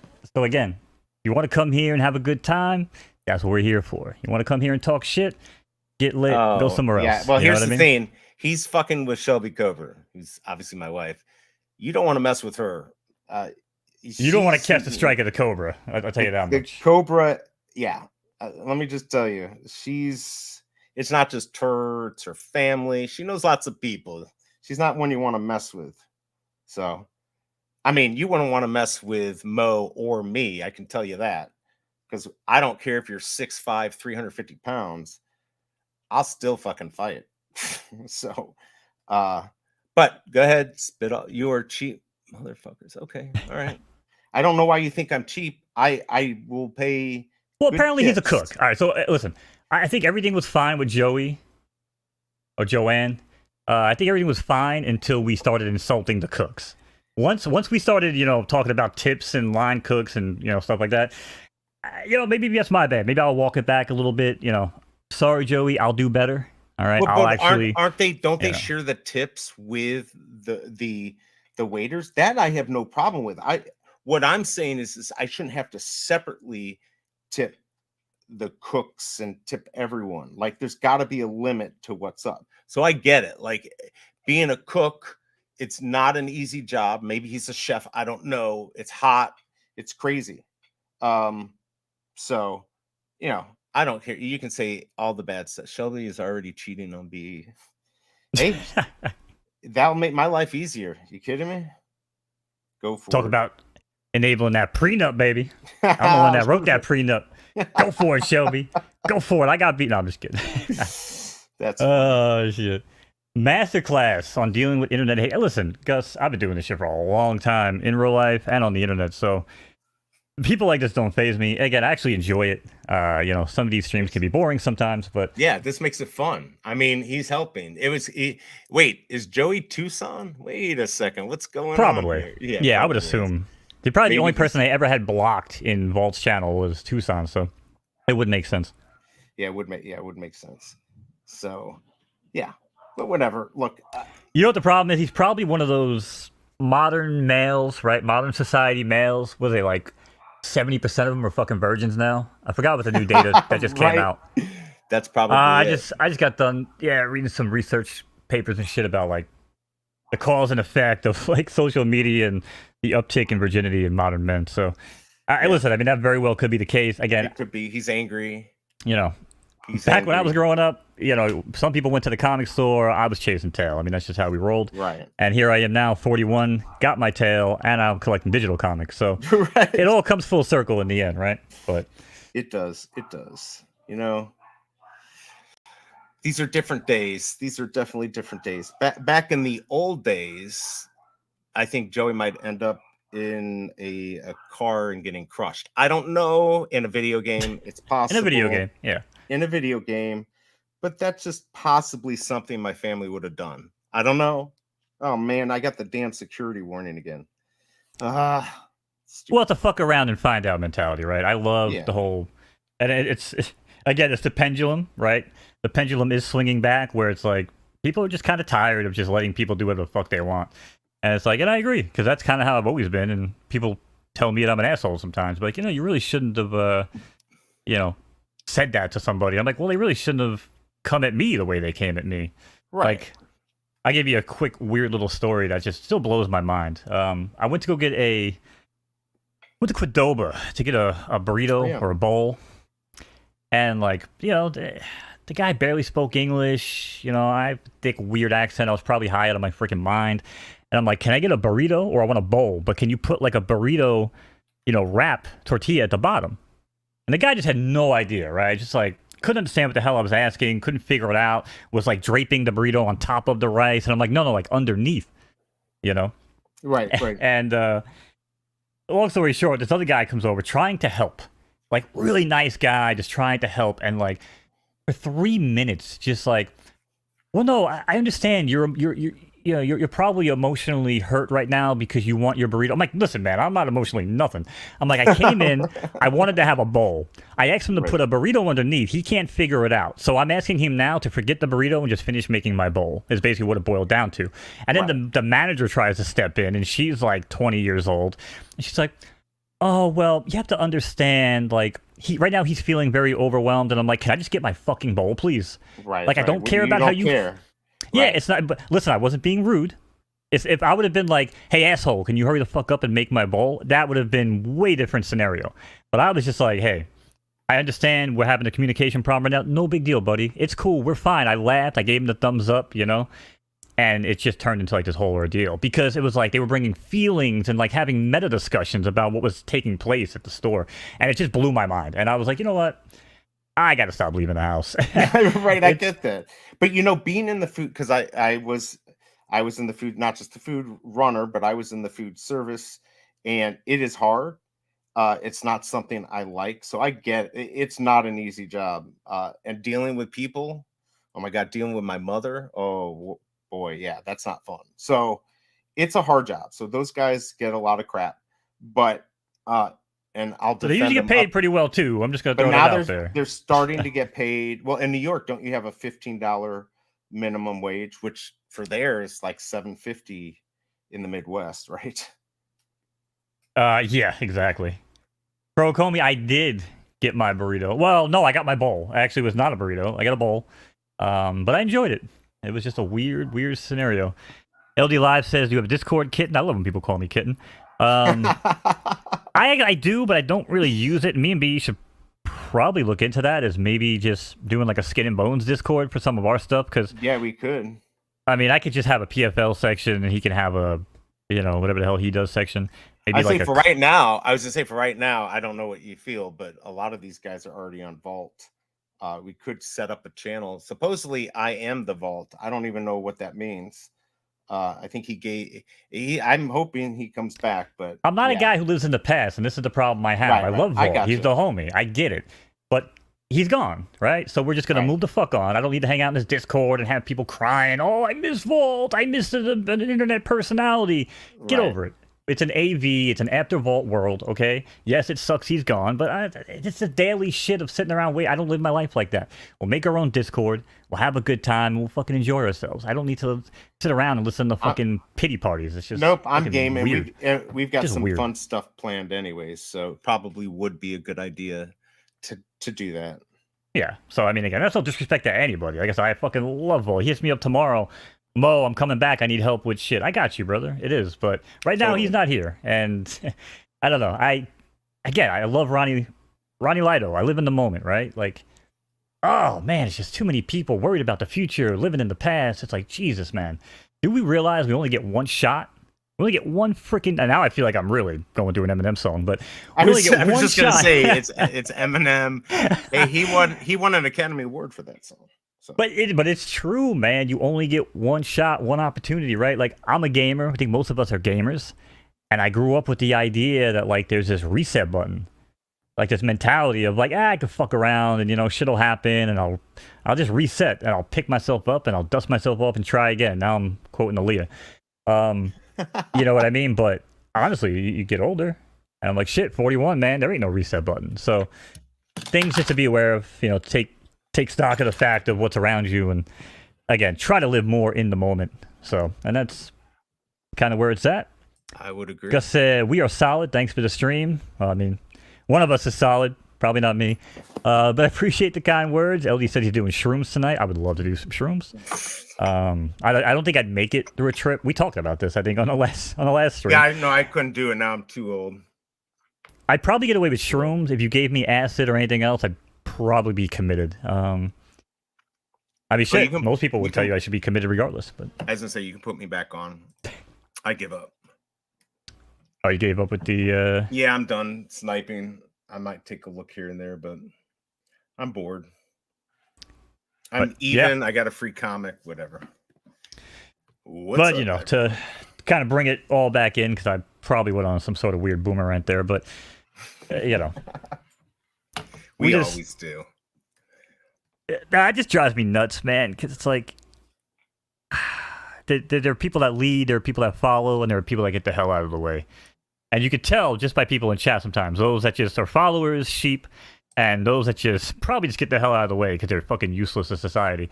You know, and I'm not talking about this chat in particular. I'm just saying when I go to any chat, you could usually tell just by the tone of someone, or like, you know, I can't imagine myself ever being bored enough, like going into a Twitch chat, a YouTube chat, a Kick chat, or even like replying to a tweet and just spouting off. Like, I don't know, it's weird, man. It's so weird to just like try to go around and convince people that I'm right and you're wrong. You can't. Even though my name is Bonez, but you know. can't. People are so dug in these days. Yeah, so not going to happen. Let's see. Sounds like you used them as a social party drug. Now, I will say MDMA, which I do not suggest anyone use. Yeah, that was good stuff. Not that I did it in a video game. I heard it from somebody. MDMA I had a little bit of experience with, but not as much as some of the acid, shrooms, ecstasy a little bit. But then I was like, man, I thought I was using ecstasy just to like meet cool chicks at raves and stuff. Right. But then I realized I could just get high as fuck, and because I sold weed for so long and I had the best weed, I could just use that to get laid. And once I realized that, I stopped doing drugs. Right. I used to do drugs. I still do, but I used to also. If anybody knows. Well, again, we said this. If anybody knows what skit that's from. I didn't catch it, but with the Grateful Dead and all that stuff back in the day, there was a lot, and you came a little bit after, but that stopped. That a lot of those drugs actually stopped being distributed as much as they were in the early 90s. So, well, ketamine was huge around when I was in high school. I used to know this dude where he used to get his ketamine for free because he would basically call the veterinarian about his cat, and they would hope that a veterinarian would show up. And again, this is the 90s, way different times, chat. You actually jimmy a door in like 3 seconds if you knew how to do it. I'm not saying I did that, but they would basically just wait for the veterinarians to show up and pray they left the car door open and just steal whatever was in the car, like ketamine-wise, or they would just like freaking hijack it. It was crazy, man. Listen. I'm not saying I condone any of that behavior, but I also never really took part in it. Motto in my house told you, big sign when you walked in the front door, do whatever the hell you want here, as long as it's not illegal, immoral, or fattening. And that's how we lived our lives. And both of us were 130 pounds in my house, me and my pops. Damn. I don't even think I was 130 when I was born. So it's been so long since I've seen that number. I don't know what it's like. It's crazy. I'd love Soaking wet. That's right. The good old days, Ronnie. Those were the days. That's funny. So did anyone, by the way, did anyone even get the secret rare in here? I never even saw if anyone said they got anything good. I feel like I don't know. I feel like this was the least VeVe-centric VeVe drop stream of all time. I know, right? It diverged, which is fine. God, 185 for 33. Yeah, this is not doing great. Yeah, there's some good mints out there that are cheap. So that means, let me sell my uncommon. I'm just gonna get rid of it. Ronnie's 230 with a 6-pack. Nice. Very nice. This 6-pack probably weighs more than me, but well, he must be. If that's the case, he must be also tall. What, about 6'2"? I'm gonna say about 6'2". Let's see if I'm right. Let's do 3.08. Let's get rid of this. Romy landed a high mint common. Congratulations. He's 5'9". Oh wow. So you're like, that's insane. Yeah, because I'm about 5'10". Yeah, 230. I was gonna say he's probably built like my homie Ricky. I mean, that's really good stuff right there. I'd have to be, god damn, because I'm about a little bit over 5'10". I'd have. And if you're 230 with a 6-pack, I mean, clearly you're hitting the gym then, because you don't hit 230. No, you don't. You don't get that. He's doing something right. That is a big guy. I'm off season. I mean, he's a real. He works out. Like, he's obviously got big legs and all of that. If he's weighing 230, he's actually proportional. He could be a running back. Holy crap. There you go. Cycling, running. Only kettlebells. Wow. Good for him. Kettlebells are good for like abs and core stuff, aren't they? I mean, am I thinking of a different workout? Perhaps? I mean, I would say you could just do pull-ups and you'll work your core good enough. Well, that's my specialty. Abs. Yeah. You're the kid who pissed me off. They'd be like, whoever gets the most pull-ups. Oh, in gym class? Yeah, in gym class. My gym class hated me. And you got like 50, right? You get like 50. I could break triple digits. Jeez Louise. Chin-ups and pull-ups, they would always make me go last because You the were gym gonna teachers win. would talk, and they knew that they would let everybody else go, and then Joe would go until the end of class because I would basically just show up and do a one-handed, couple like 2 fingers. Because again, I was like 97 pounds, and like maybe a Wow. little Yeah, over yeah. 100 pounds even in high Yeah. school.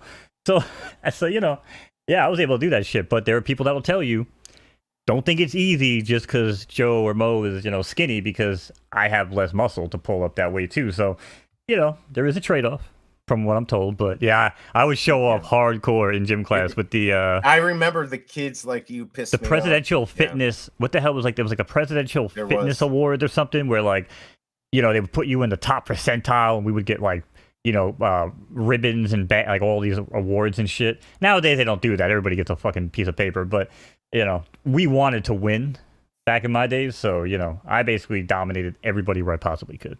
Totally. By the way, so Ronnie, so yeah, Frommy's like, I'll never mess with Ronnie. I mean, if he's a wrestler, like for me, that is key to being a good fighter. Like just being big. I'm big, I'm fairly strong, does not make you a good fighter. But if you're a wrestler and you're big and strong, that actually does make you a pretty good fighter. And then of course, if you could add like Krav Maga or some other stuff to that, you're probably not somebody you want to mess with. Yeah, I'm still blown away he's 230, because right now I got fat after the wedding. I'm probably 215. I'd like to be about 195. That way I could have my abs start to come in. But yeah, I can't build like that anymore. I'd get too injured. I gotta worry more about just overall health. Yeah, I'm with Ronnie. Because he's like, yep, all you need is good genetics and mental toughness. No, that's true. I know I have both in spades. And I love pain, because pain is just weakness leaving the body, right? So, right. No pain, no gain, all these macho takes, right, that people don't like to have nowadays. Listen, this is reality, right? You don't build character. You don't become, in my mind, I guess maybe we'll go down an Andrew Tate rabbit hole for a minute of like an alpha male, where it's like, without some sort of struggle in your life and some sort of pain, if everything's fucking handed to you, you just think that's the way life is going to be, and you're never going to get to the point where people want to follow you, right? Like, you're always going to be the one following other people. And that's with me. I'm always like, listen, I love pain, bring it. I love L's. I love taking the L, right? Not only do I smoke it, I turn the L into a lesson, and I learn from it, and I become better. All right. Yeah, I agree. I love pain. By the way, he even knows who Eddie Hall is, so he's strong. He's like a strong man. That guy's crazy. Yeah, I like pain. Like right now, like people are like, oh, I'm injured, I can't work out. So I'm not doing heavy weights now. You can see, but that makes sense with my shoulder. But yeah, I still work out. Like I'm not gonna be like, oh, I work through the pain. I'm like, okay, I'm gonna do things to rehab my shoulder. But you're not laying in bed being like, oh, I'm on bed rest for fucking 6 days because of a shoulder injury.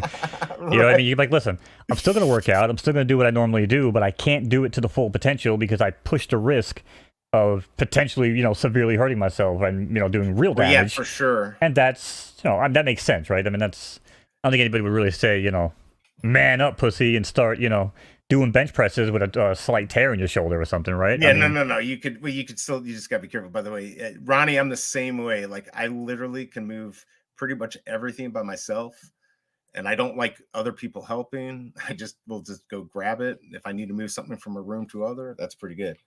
Oh, we got Casey BMW. Nice. Well, that's Casey. About Gus, 10 I think it was dad bod. I need 6'2", 215. See, yeah, I mean, I can look decent at 210 if I really wanted to start doing more squats and stuff. Otherwise, I got to get down to about 195, 190. So, Gus asked earlier, what supplements are you guys taking? I can't speak for BE. I'm on a pure vitamin T, H, and C diet. It's pretty much how I roll. I don't know about BE. What I do. Well, my key is I do about 80 to 90% of my body weight to protein. I know some people, I went back in the day, I used to do 1.5, 2 grams of protein per pound, which is really hard to do, but I don't think you actually really need to do that. Yeah, stay hydrated and try to eat. It's eating clean. Like right now, when I got getting fat here, eating sugar, which has no nutritional value. If you eat clean, chicken, rice. I know it's a starch, but I mean, if you look at like The Rock, I mean, he eats chicken, rice, and broccoli, all day long. So if you eat healthy, that's pretty much all you need to do. You can do supplements, you can do whatever you want to help you out, but in the end, but define healthy. And again, this might be where I'm not going to get into too much of a debate, but yeah, define healthy, because what you're saying might be healthy. Okay, I'll say, so Ronnie said stay away from processed food. You know how you do that? If it comes in a box, don't eat it. It's been processed. That's the easiest way to do it. If you're getting something in a box, and I'm not doing that right now, like I'm eating shit. If it comes in a box, it's probably not healthy. It's probably processed. Stay away from cold cuts. Oh my God, that stuff is so bad for you. And I love it, right? Like a lot of people love it. That is crap. Good stuff is chicken you make. Don't do a lot of salt, just season it the way you want it. That's pretty much it. You can have steak, you can have all that stuff. You just gotta, again, stop eating stuff that comes in boxes and stuff like that. Make it if you really want something, But you also have jasmine rice diet. Is awesome. Yes, and I'm not. The carnivore diet is it's just basically meat. I think you have like some potatoes or stuff like that, but basically the argument against that is, well, you're gonna get scurvy because you're not getting the vitamins, right? Well, you take a multivitamin, dummy, and then you also get you can also get drops that you put on the meat, where it's like, well, now you're not taking that risk if you're really gonna worry about it, but just take a freaking multivitamin, and you know what I'm saying? You can live. Well, do you not eat on the carnivore diet? You don't eat any carbohydrates? I don't do the carnivore diet. I'm just saying that I'm just saying, if you eat any carbohydrates, you're not going to get scurvy from meat. I mean, you could have a piece of fruit and you'll be fine. That's the other thing, guys. Like, watch your sugar intake. Like, it should be around, like, if you look at the real lifters out there, they probably have 0 sugar. Then the decent ones will probably be at 20 grams a day. And I'm talking about added sugar. Fruit sugar, I'm not so worried about. If you're eating a piece of fruit with the fiber on it, you're okay. Just don't overdo it. But yeah, if you watch your sugar intake, oh my God, if you get over 36 grams a day, and you got to understand, a Pepsi, I think, has 50 grams of sugar, that is not good. And you're never gonna get those 6-packs or 8-pack if you want. So that's what I've done. I know how to get fat and I know how to get thin, and that usually works. Just cut that sugar out. Don't drink soda. Holy crap, that stuff will kill you. And I love it. Yeah, the 0 carb carnivore, which is the animal kingdom stuff, which is basically meat, chicken, eggs, stuff like that. Right. Dairy, and then water, tea, and coffee, and that's it. Yep. So, just coffee. I could live just off of coffee. I'd be just a couple. Well, I do. I do. I have people ask me all the time how I have stayed so skinny. Some people like to make fun of me, but there are a lot of people that are like, dude, like what exactly do you do? Because you've always been thin, you've never had a weight issue, and you eat pretty much whatever the hell you want when you want. Well, I guess intermittent fasting would be what they call it nowadays. I just called it being broke. Right. I didn't have that much money, so I was like, well, why would I eat 3 times a day when I want to play video games and I want to go out and, go out with women or buy weed? Like, I can't do that if I eat 3 times a day. So I'll eat once, right, and then every time I want to eat, I'll just smoke, and I'll just get lit, and then I don't want to eat. Because now I got the munchies, and when you eat with the munchies, it actually burns the food down, breaks it down differently with the THC. So it's like, all right, take that. Now by the time I'm sobering up, I smoke again. And then by the time I do that 3 times a day, 4 times a day, now, like I go out and I make some dinner. And again, which is normally, I mean, carnivore it works. Diet-ish, a type meal. The intermittent fasting is definitely really good. They've proven it. I know it's fairly new in people's minds in the last maybe 7, 8 years, maybe 9 years, but it really does work if you can do it. If you can cut your eating into a small period of time. A lot of people do 3 or 4 hours where they only eat. You don't even necessarily have to do that. Maybe you have just a little bit of food in the morning and you wait until nighttime to eat whatever you're going to eat. But that does really work, intermittent fasting. But yeah, you have to want to do it, and I think that's a problem with obesity in general. And it's no disrespect to anybody if you are obese and you have problems, but you just lack discipline. Honestly, I mean, you probably don't wake up every morning and look at yourself and feel disgusted. Like, you should want to go to the gym. You should want to work out. Right. I mean, again, I'm not a big guy. For me, working out is almost counterproductive sometimes. But before we do shows, I'm always doing like as many push-ups as I possibly can, and usually I get to like And that's good. I mean, Usually, like I guess I'll get into like the 30s, and I'm like, all right, I haven't done them today. I'm a little sore, and I'll try to hit like 40 or 50, and then I'll get up, you know. Or right. I'll do like the old Ozzy Osbourne. A couple bands do it. Singers, like a singer workout. We just wave your arms around almost like a helicopter, and you kind of like turn side to side, just work out all the muscles and stuff like that. But Totally. it's good. It's You're good for the moving. core. You're Right. moving, and that's the key. Like for me, first thing I do is work out. It's a total habit. I don't even think about it. In fact, if I don't do it, I start stressing out. So it's my big stress reliever. I see Ronnie says he doesn't like a full stomach. I do. And boy, when I was really into lifting, and I still sometimes do it, I will have my party day. And man, I used to be able to freaking eat 12 to 15,000 calories. And then all my other days were regimented to exact calories, 2,400, 2,600. Of course, I probably would have been better just eating like 3,000 calories or 3,300 calories a day and not doing my party days. But yeah, that's just an issue of when I was really, fatter when I was younger. So I love eating. And that's the problem. You eat to live, I live to eat. But yeah, I do like to work out. I think it's almost because I agree with Ronnie Lido. Actually, I know you don't. I hate the feeling of a full stomach. I almost feel like it's almost like the ultimate payoff, right? Like if I'm starving, I'm working towards something, and that's like a meal later. So Right. whether it's killing a couple minutes or just buying myself some time to forget about some other bullshit. Like I just feel like I'm working towards an end goal, whether it's starving myself and it's like the reward of dinner tonight. I just feel like it's good to occupy my brain. The same way when I'm broke, I tend to work harder to make more money. If you give me a lot of Right. money, I might become lazy and just Right. not want to make more money. Although I feel like nowadays I'm kind of ditching that mindset.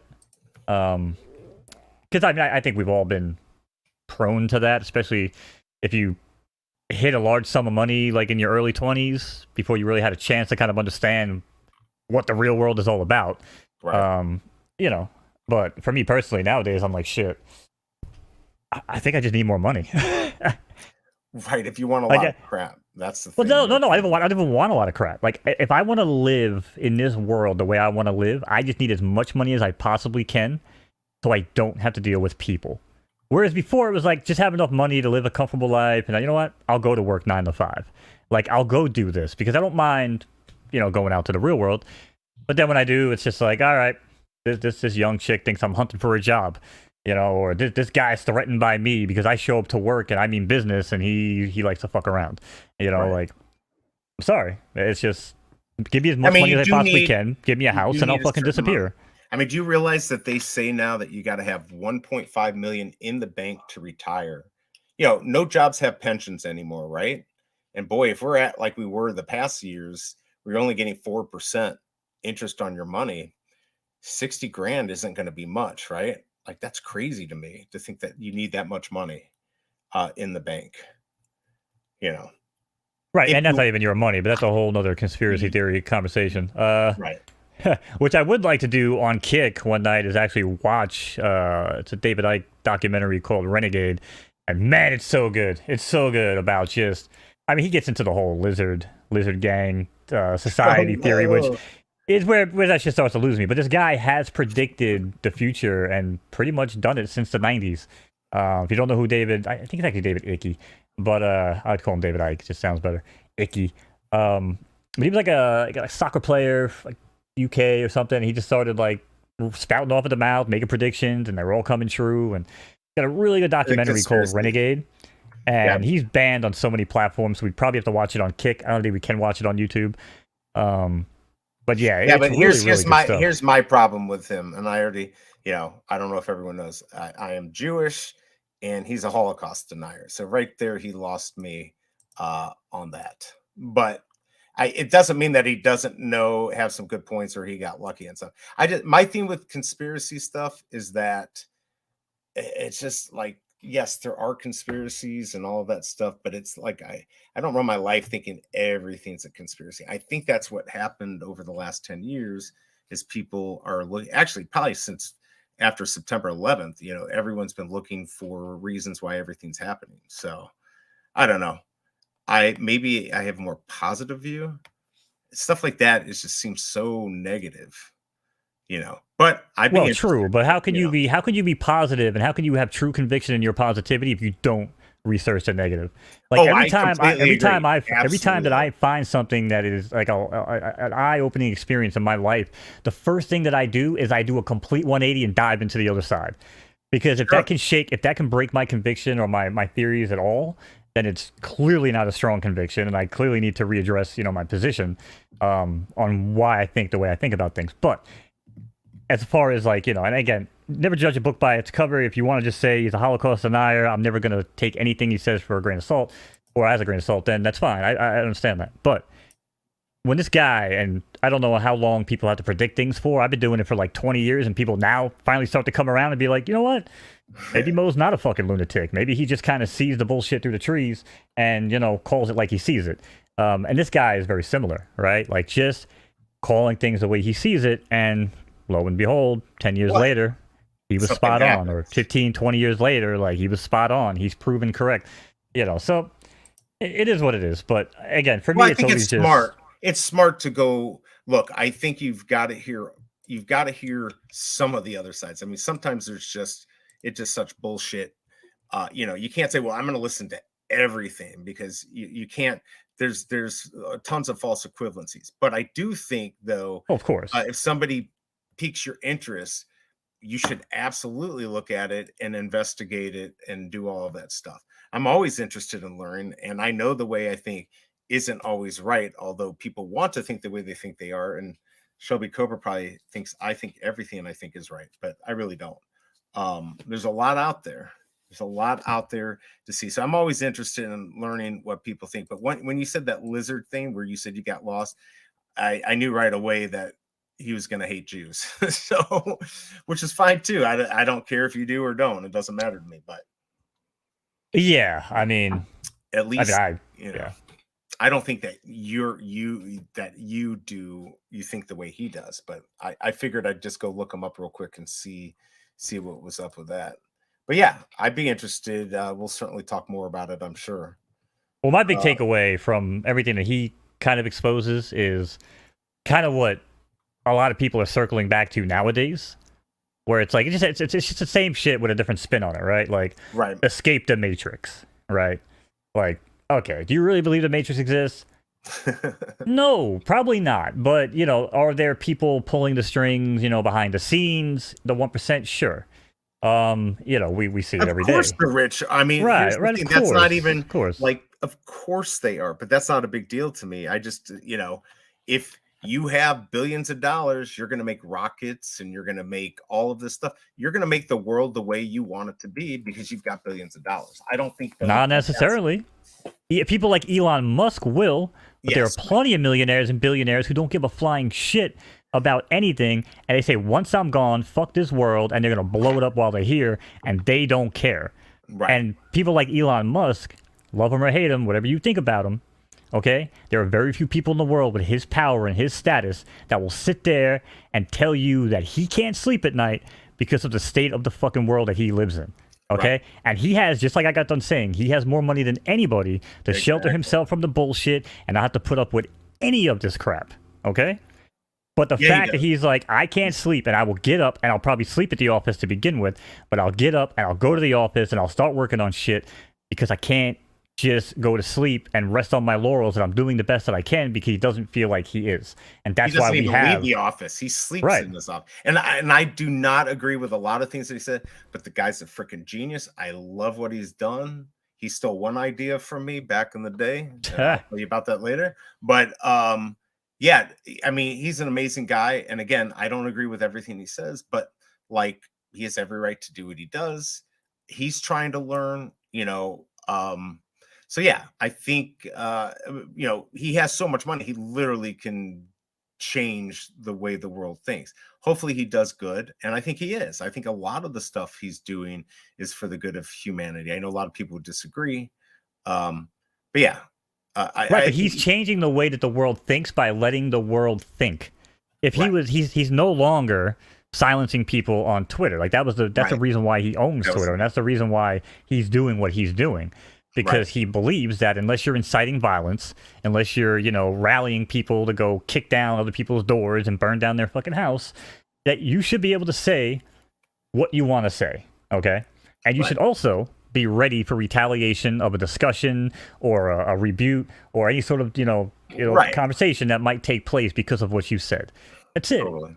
And that's the problem, right? Because when you censor people and you silence people, they don't feel safe to come out and say what the hell they want to say. And then what happens? Well, now they're in group chats or they're in WhatsApp conversations and they're in echo chambers and they're just talking to people that, yeah, you're the man, you're the best. You know what I'm saying? Like, if you're ever in a position where everyone around you is telling you you're the best fucking person, you're the best thing since sliced bread, go find some new friends.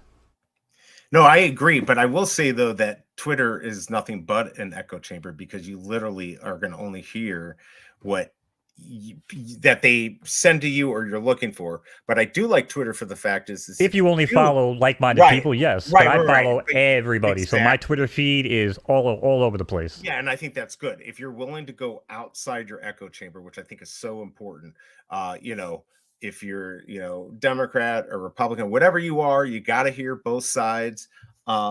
Because in the end, most people care about this country and on any subject, it's good to hear a lot of different opinions and then do some research and you can come to reality. So yeah, I think it's pretty much good. Some of the, opening up Twitter, I think there could be situations where it could be bad, but I think overall it's good to just leave things open for people to discuss and try not to censor people, that much. What do we got here? Is this the let's look at the Rainmaker, Jack. Gus said supposedly they found code to suppress a lot of people's tweets after Elon's takeover. If you have any hard data on that, I'd love to see it. I have yet to see that. And I do try to keep tabs on it because, again, I don't really take people what they say. It's always face value in what they do. So if that is, that is some sort of data that's being proven out there. But, again, I've been on Twitter for, I don't know, like 10 years, 8 years, some shit like that. And I noticed a massive change in my Twitter feed after the Elon takeover. So again, maybe that's just me. Yeah. Maybe that's just me following all sorts of different people. You know what I mean? So yeah, I guess the one thing I would say is that if he wants to be open, you can't just be more on one side or the other, right? Like probably in his position, he shouldn't be taking any sides.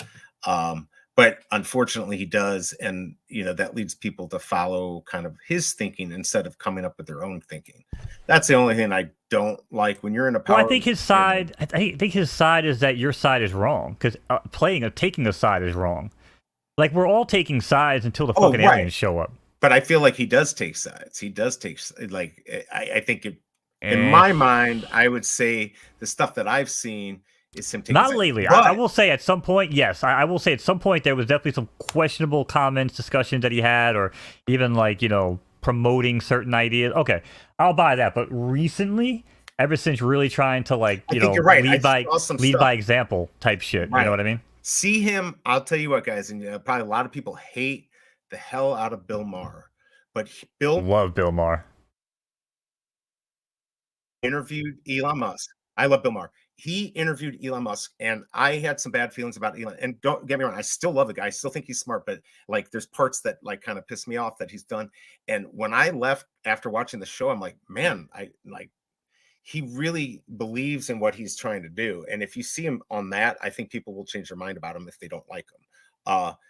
I went back on Twitter a few days later and it seems like he wasn't doing all the stuff he said on there, but that was a good example, I think, of who he really is, where it's harder to do it in a tweet, right? It's harder to let people know who you are in a tweet, where there you can actually see him being interviewed. And it was a great interview and it made me like him more. So, well, Bill Maher is very, very good at doing an interview. As a matter of fact, I just watched, it was an older interview, but I'd never seen it. It was him and Piers Morgan.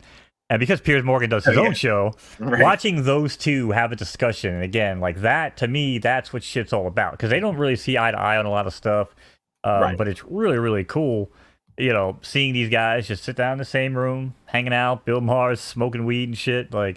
It's freaking great, man. Cool. I love it, By the way, are we going to be able to legally, on YouTube, have the Zuckerberg Elon Musk fight?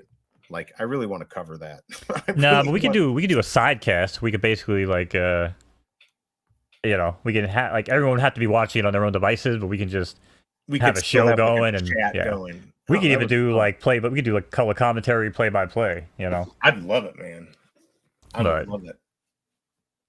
But yeah, it's crazy. And I'm with Ronnie. I'm Team Human. I've been saying it for probably, I don't know, 7, 8, 9 years now. I'm like, man, this world is so crazy. But what usually unites people, right? War is typically what unites people. So I kind of see this world, or at least our country at least, going towards like some sort of civil war. And it almost actually popped off with the BLM stuff, which I really want to get into that. But my girl was like, shit, maybe you did call this. I was like, there is going to be some civil war that, unites this country at some point. Maybe that's where the aliens come in. Maybe we need aliens so that we actually unite together, where we don't care if you're black, white, purple, blue, Christian, Muslim. Maybe that's what it takes, right? Like, I know exactly what it takes. They did an experiment, and I don't remember the name, in the 70s, and they took 2 groups of kids, and they got to the camp, and they were all friends. And then all of a sudden they separated them, and they said, you're going to be like the Thunderbirds, you're going to be this. And the Watchmen plot? Shit. Whatever. So they became different, and then they started hating each other, right? Like, they started doing games and stuff, and they hated each other, like literally hated, want to get in fights and all that stuff. And they want to figure out a way to get them back together. And what they figured is they could build a bridge. They needed to build a bridge. I don't remember the whole why it was the bridge or whatever. They built the bridge, and then they all became, friends again. That's the gist of it. So, well, it's probably the camaraderie of like putting up the steel, hanging the raptors, and actually working towards something that you need, right? So, like, you meant like a metaphorical bridge or a physical bridge? No, the actual physical bridge. But they had to work together. Maybe it was to get to the other side that they had to do. When they had to work together, I think they were building like building a bridge to like peace. No, but they really are. They did build like a physical. I know. I get it now. Yeah. So I think that's what, when we realize that we're all on the same team, just we have different ways of what, how we think we want to get to that spot. We have different thinking. Everyone does, but we have to realize we're Americans first, and not everyone in here is American, but whoever you are, like, you've got to work with everyone in your country, and just believe that, Yeah. Well, actually, there's a really good study on that, and it's stuff that I actually do get involved in quite a bit in that space where... Hey, MJ, what's up, MJ? MJ, what's going on, brother? We actually, in our own country, and maybe this is why patriotism's dead here, it was at like 70-something% back in like 2008 or 2011 might have been that study, and now it's at like 17%. Patriotism's dead, and it's probably because, we actually are the minority in our own country.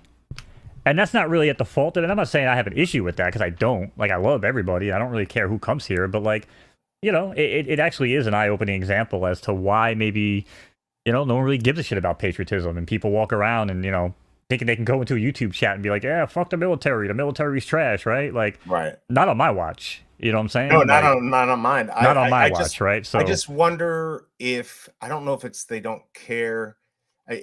I mean, maybe the new generation anywhere, whether it's this country or anywhere, just don't think that's important. Oh, we're this one world order and all that, which I think is the stupidest thing. I think that, we should be patriots. Yeah, but how would you expect somebody from another country to be a patriot of America? That's no. I'm saying, especially when they're probably raised to hate America in some aspects. Oh, I see what you're saying. If somebody comes here, no, because I can tell you, most of the foreigners that come here, they love this country, and they help the country. I don't think most people. Then why is patriotism down from 70-something% to 17% in like a 10-year span?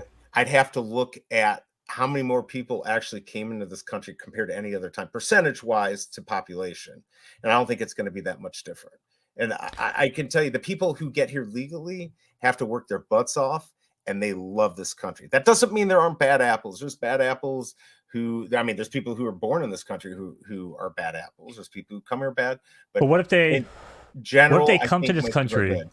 Yeah, but what if they come to this country loving this country, And like Right. someone like me, I love everybody unless Right. you like everyone's a blank slate until you're an asshole. Like I don't Right. care Right. whatever it is, and then you're just on my bad side and you're done, right? Like so maybe if meeting people like me, they would have that patriotism and be like, oh well, this is what America is all about.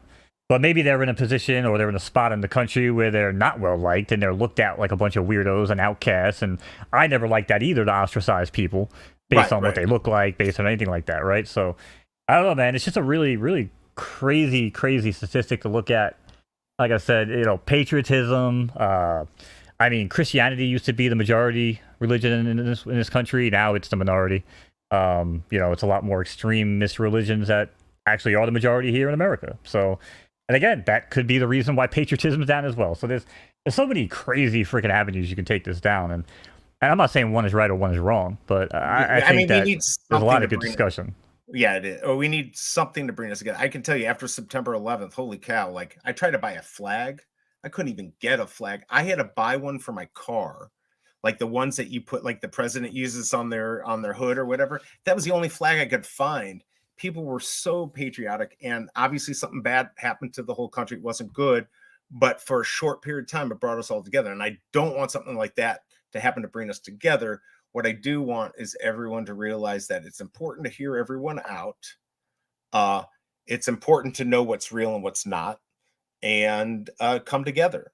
And it seems like it's not going to happen right now, but I do. I have faith. Maybe I shouldn't, but I have faith because everyone I talk to who maybe doesn't believe the way I do, we talk, civilly. They're smart. Like I know Bruin 88, he's not here. We completely politically don't agree the same way, but he's a good guy. And like it's important to hear somebody like that and hear everyone's opinion uh so we can come together. So I don't think we're going to Right. do it on the show. I don't think we're going to get Nah, yeah. but it's Right, it's right, not right. it's not even about that. I mean, and there's no crazy shit even being spouted off in chat, and I don't really feel like I'm saying anything crazy. I'm actually just using data. I'm using Right. data references more than anything else. I'm not, because again, right? Like if I could always be changed off of my position, of my ideas and stuff like that. I'm actually at a disposition because my name is Mo Knows, and Right. a lot of people think, oh, it's because Mo thinks he knows everything. He's cocky. He doesn't even listen. Right. But anybody that knows me knows that you can easily have a discussion with me, and that I will Yeah. always listen to the other side, and I can be moved from one of my positions or something that I believe in. It's totally. harder. It's harder when it's certain things that I'm really dealt with personally in my own life. And for right, 40 like years. right, Right. in your situation that's how it is.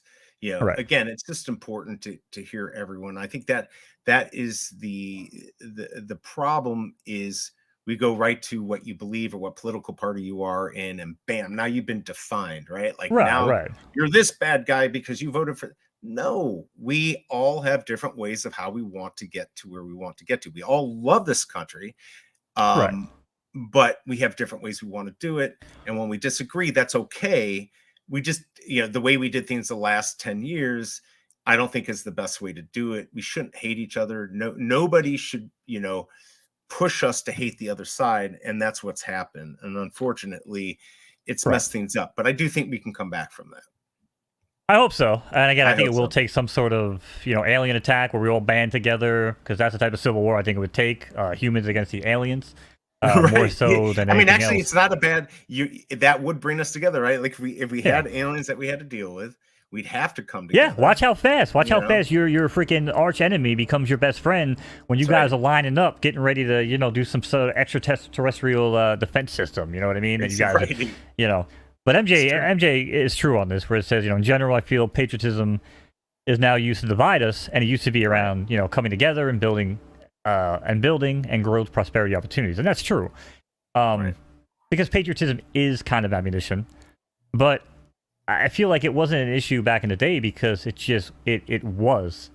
You again 70 something percent, now 17%, right?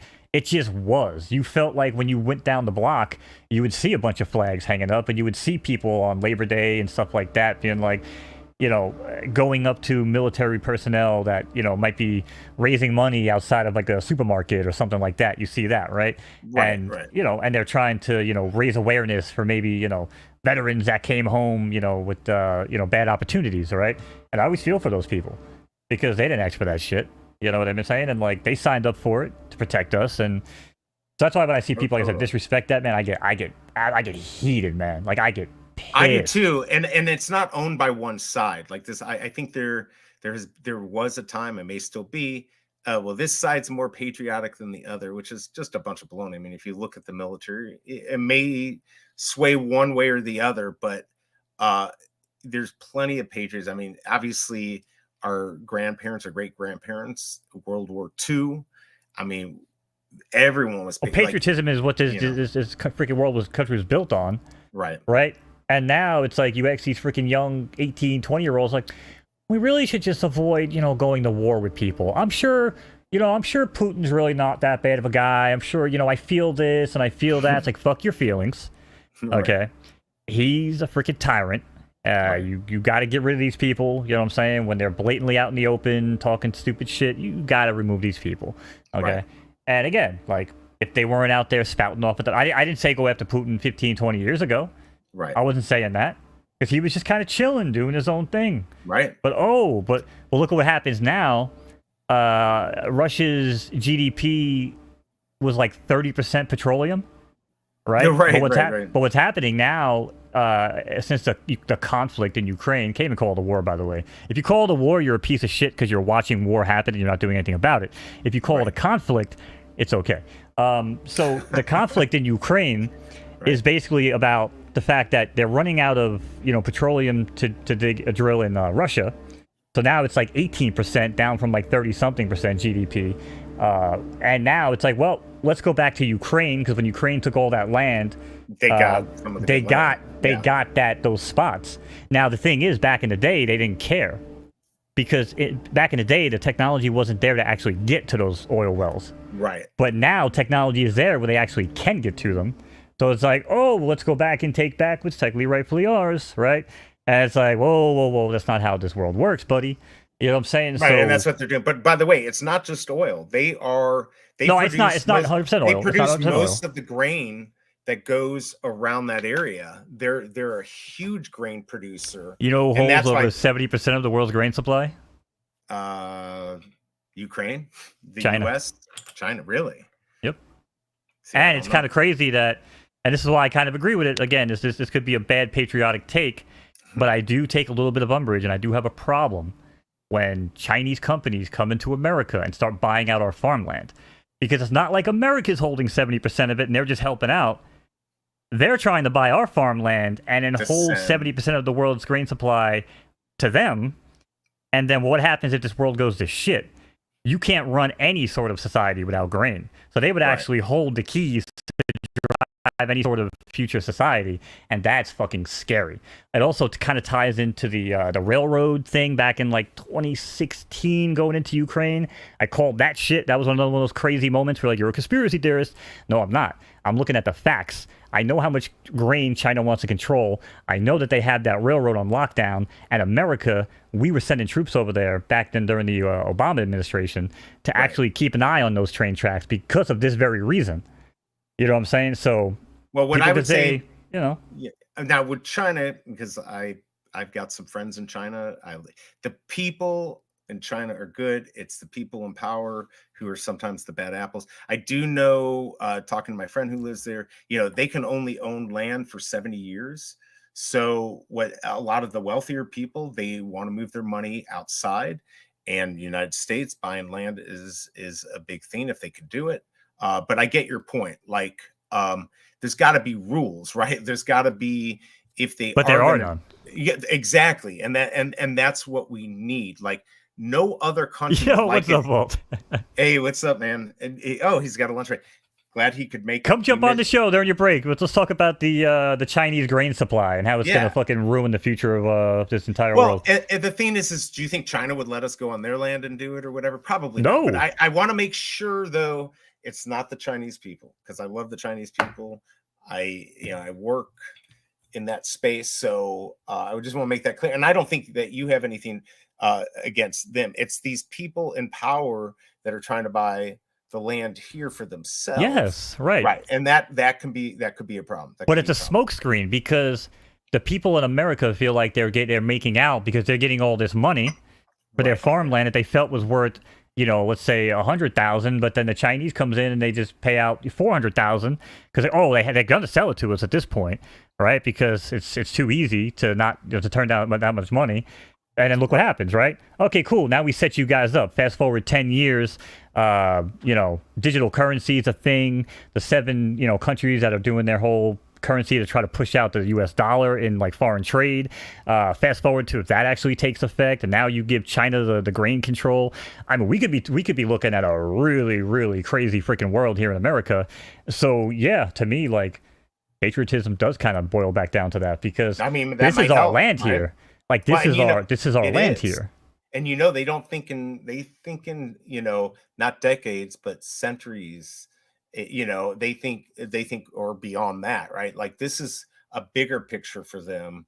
So I think things can be done though to regulate that. I mean, look, in the end, if something really happened, the US could just take all that land back, right? Like they're not going to be able to come here. I don't think we're going to get to that point. But well, I'll say that one of our presidents recently actually were seriously against exporting grain or anything else to China and other places.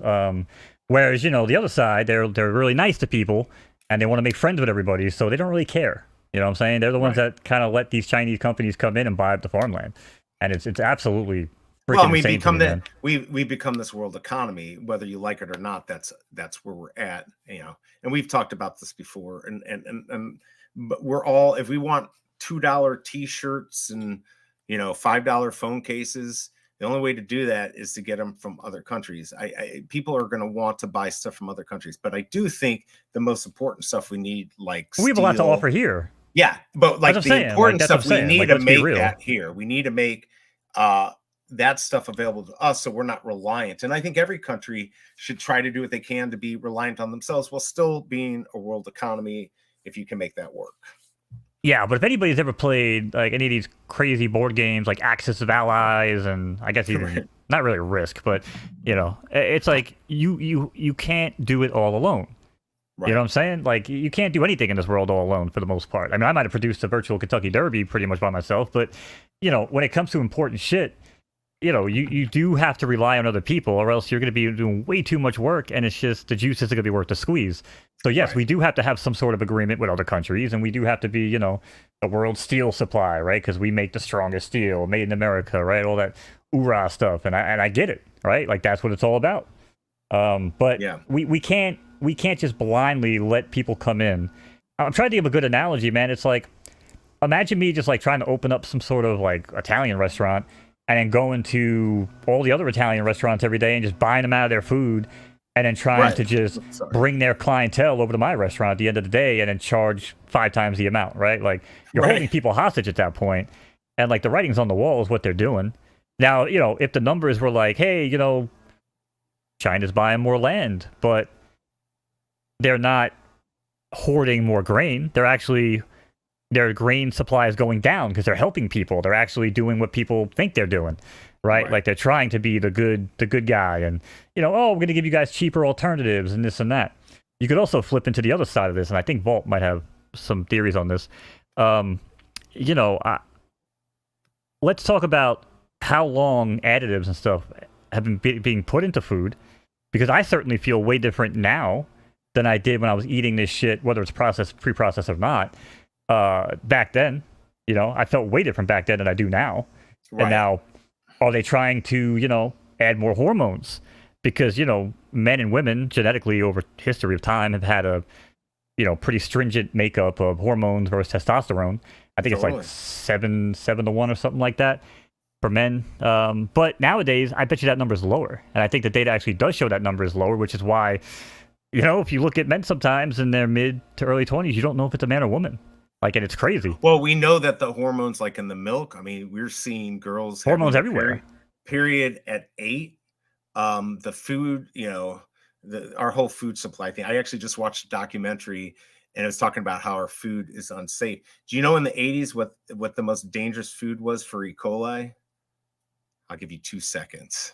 Probably beef, but it was I'm beef. Probably wrong. No. It was beef. Do you know what beef, the issue with E. coli with beef is now? I do not. It's like almost 0%. You know what the most dangerous thing is right now for E. coli? It's not beef. It's the produce. It's the lettuce, the tomatoes, the onions. It's because of the farms with the cows and everything, and their feces. All that stuff goes in the groundwater, and then they spray the produce with it, and that's why people are getting E. coli everywhere and all of that stuff. So we have to deal with that, and then we got to deal with hormones and pesticides and all that stuff. So tie it all together. So Yeah. we see an increase of, hormonal men, and I guess even with the women's side of that too. And BPA, stuff like that in the crops, right, is definitely going to affect that over time. And we've seen it because we're like, oh wow, like, women, when I was going to high school, and I go to like a high school now, when my buddy worked there as a janitor, and I walk through the halls, and I'm like, are these like 20-year-olds? Like, who the hell are these people, right? Like, something has changed, right? Like, it's not just the water. But again, you take it full circle, and okay, so if that's been the plan all along, and now they're buying up the farmland, they continue to add more hormone stuff to the food. It desensitizes people here, or again, it makes these men not want to fight, and it leads us to a lot of more wishy-washy flip-flopping in this freaking country. And they can take over. It's easier to take over a submissive country that's full of like people who don't even want to go to war, because that's just their hormones kicking in. Whereas people like us, it's like, listen, you come step foot. Like, I'll give you a quick example, 9/11. Again, I don't like guns, and I don't like any sort of violence whatsoever. 9/11 took place. The fucking sky was falling here in New York. I was at work. I had a guy who was scared shitless because he wanted to get home to his wife and kids. I drove him across Long Island, and I witnessed the actual the sky was falling that day here on Long Island, because we're trapped on Long Island. But guess what? It boiled down to the point where it was like, yo, listen, there's some moves being made where if shit start popping off, on, let's say, like the borders, or like people trying to like invade, right? Because New York was a hot spot. We didn't know. Long Island, Oh, totally. There was people putting plans in action to set up like snipers and set up, and I was actually like volunteering to get involved in this shit, because again, you fucked with my land, my home. Totally. That's how we all felt. We all felt it. But just think, that's not the modern people. The modern male would probably sit down and be like, you know what? I'm sure there might have been something else. Like, let's not go to war. You know what I'm saying? And like, again, this is all this long-term plan, dude. From pumping the hormones, and again, potentially, the but I do think stuff. I'm trying to think before September 11th. If I still feel like a lot of people didn't want to be in the military, whatever. After that, man, I was like, I tried to sign up. They told me I was on a suicide mission, and they denied me. Right. I took the reflex test. I took all this thing, and I was like, yo, here's the deal. You're not going to blow me up. I was like, but I passed the reflex. I did all this. I was like, listen, I scored at like the top 98 percentile. I said, what do I got to do to be a sniper in the military? That's all I want to know. He's like, well, it's not that easy. He's like, you got to go through this. You got to go through marksman school. You got to place at the top. You know what I'm saying? So you're not just going to go in and be a sniper. And I was like, all right, well, this is all I want to do. And I basically laid it out. And they were like, yeah, we're not going to bring people like you in here. You're more of a risk. You actually want to go, right. You're more of a risk. I was like, parachute me in fucking Afghanistan or wherever, and just give me a sniper rifle. And if I come back, I come back. That's what I told him. I feel like if that, and I hope it doesn't happen. I don't know. I could be completely wrong, but I feel like if we were attacked again, I think people would come together. I could be completely wrong. It's a totally different time, but I do know the patriotism then. Man, I remember when I had to fly after September 11th, I was like in the aisle seat, and I was ready to get the fuck up and be. I didn't care if it was a 500-pound guy who was 7 foot. I was going to take his ass down. I was ready. I think a lot of people were. We were just ready. We were just like, oh, that was a hard time. You're not going to mess with us, and we'll just go ahead and do what we got to do. I could only hope that would still happen, but maybe you're right. Maybe not. I don't know. I don't want to find out though, right? Like, I don't want us to get attacked to find that out. We need a better way. But I mean, we're not. I mean, a lot of people said that there was, loopholes and security issues ahead of 9/11. You know what I'm saying? And people ignored it until it happened. And it's hard to ignore things once they happen. So, I mean, cause and effect, right? So, I think, if we continue to kind of play this weird-ass game of like, oh, let's give people the benefit of the doubt and blah, blah, blah, blah, blah, blah. And like I said, you just keep going down this road that we're going down. I do think the world really wouldn't give a shit. I mean, some people might even be like, they fucking deserved it. And, I've heard conversations of people in Cali in particular. I was in a discussion where, like, the guy just had some really weird takes on 9/11. And I was like, I gotta get out of this room right now because I'm about to punch you in the fucking face. He was like, well, 9/11 didn't happen, bro. It's all a myth. And I'm like, homie, Oh, wow. I had family who worked in the building. We thought they were there. They were on vacation. I watched it happen with my own fucking eyes. I know people that went to the recovery and the cleanup. I was gonna go. These guys have respiratory issues now. Okay? That's right. Don't fucking sit there and tell me it was a myth. You can go down some other rabbit holes with conspiracy theories and pre-planted charges, which I don't necessarily agree with either. Right. You can go down that road and I'll entertain it. But when it comes down to like that shit never actually happened, bro. Yeah, go fuck yourself. Okay? Right. And yeah, so it did happen. Yeah, my brother was there. I mean, he was in Brooklyn at the time, but he saw it. It was real. We all saw it, right? Like, at some point we got to believe our eyes of what we see and not say, let somebody come in and tell us that what we saw was not really what we saw. Well, that's the beauty of social media and the internet, in my opinion. I mean, I've been pushing IRL content since day one because I feel like it is the true eye of society. Like, there is no editing. There is no, you can someone have a bias, but they're going to have that bias going into it. You can be like, well, this is just a biased motherfucker on the streets, right? But when you watch, and again, I'll go back to like the BLM, right? You go to like CNN, you go to Fox News, you go to, OAN or any of these other networks, and it's like, man, you would think there's like 5 different fucking things going on in this world right now. Right. But then I just turn on Twitch or I turn on YouTube and I turn on TikTok, right? And you see the real people going down real time, no editing, no bullshit. And that's what I'm going to take. Again, I might take pieces from everything and say, okay, well, this is what it kind of looks like from that side of the aisle. This is what it looks like from that. But if I'm seeing this shit live and in living color on Twitch or Facebook or whatever, again, maybe some of that stuff was scripted. But usually you can kind of read through that bullshit. But I'm talking about the real-time engagement, what I'm saying, on the streets. But there's a lot. You can't, yeah. But my only issue with that is that there are a lot of conspiracy theorists who'll go on there and do it. So, like, I get, like, this whole, what I don't like about people saying mainstream media, like they're just talking about the liberal media. It's any of the mainstream media. Like, it's completely skewed one way or the other. Some are maybe more in the middle. Others are more left or right or whatever. I mean, we probably should be reading all our news. Like, I don't need commentary, and that's unfortunately what almost all the news is just commentary. I don't know if you remember headline news, CNN headline news. It was literally just reporting what was going on. There was no commentary. It's like, look, this is what happened. This is what's happening here. That's what I want. I'm sick of people putting their actual little tone and words, using words to, make people think certain things. I don't want to get too much into that, but we basically just need what's going on, and that's it. I don't need the commentary. And that commentary is what starts to separate people and make us upset with each other. Right. And that I think you get whether it's on Twitter or news. Unfortunately, we're getting that everywhere. And until we agree on a good source and what are facts and what are not facts, that this is going to be hard to get through this time. Hopefully, though, we can do it. Yeah, I mean, looking at Ronnie's comments here. So he says, I hate people talking about facts, what I know or can tell, that you don't do it for a living. And I do agree with this. And I'm hoping this wasn't a dig at me because I do reference a lot of, studies and data and facts, but I also spend a lot of time and I engage in a lot of, debates, conversations, and I do a lot of research on certain types of papers or studies that are going on. Right. So I could always cite these, it's always the conversations I have with people when they know that I'm very data driven or fact driven. Right. And they come at me with like, oh, well, I'm sure that, there was like something that came out a long time ago. And I'm like, no, that's bullshit. Like, you're not going to get away with that. You're not going to be like, well, I'm sure somebody did a study on this. Like, no, that doesn't check out.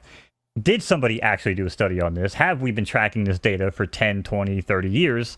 And what does the data tell us, right? Right. If we have that data and we can look at the trends. That's what we need. We need MJ to go put this together. He can put all the facts together. That's the thing, though. Like, literally, I don't want, this is probably going to like show, people are going to think this shows my side, but there is not always two sides to the coin. There's sometimes actual facts, and sometimes, and this is what people don't understand, sometimes they're politically convenient for one side or the other. It doesn't mean that it's not a fact. And that is the problem. People confuse that political convenience with it being biased, and it may not be. Now, of course, news can absolutely be biased, whether MSNBC or Fox News or CNN, they all have their biases. People have done studies, which one is more or the other, and I think you can figure it out. But I think the problem is when something's politically convenient for one side or the other, people get upset and think that's bias and not true facts. Doesn't mean that. A fact is a fact. You can't change that. People don't get to determine what facts they like. They're just facts. Right. And I think that's our problem right now, is people don't get it.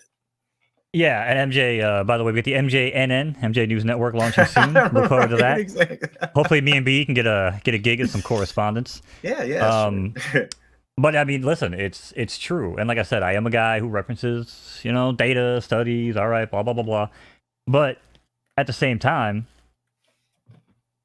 I don't care. I hate, all right, so one of my biggest pet peeves, okay? I don't want to say it triggers me, but one of my pet peeves, and it just, see people like, oh, I'm so triggered. No, you're not, okay? You're fucking pissed. You don't agree, and you're just angry. So let's just be an adult and be a man, and we'll, it's like back in the day, let's just talk it out, right?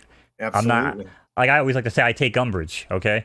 Me taking umbrage is someone be like, I'm triggered, but I'm not going to be like, let me just use a buzzword that people understand, okay?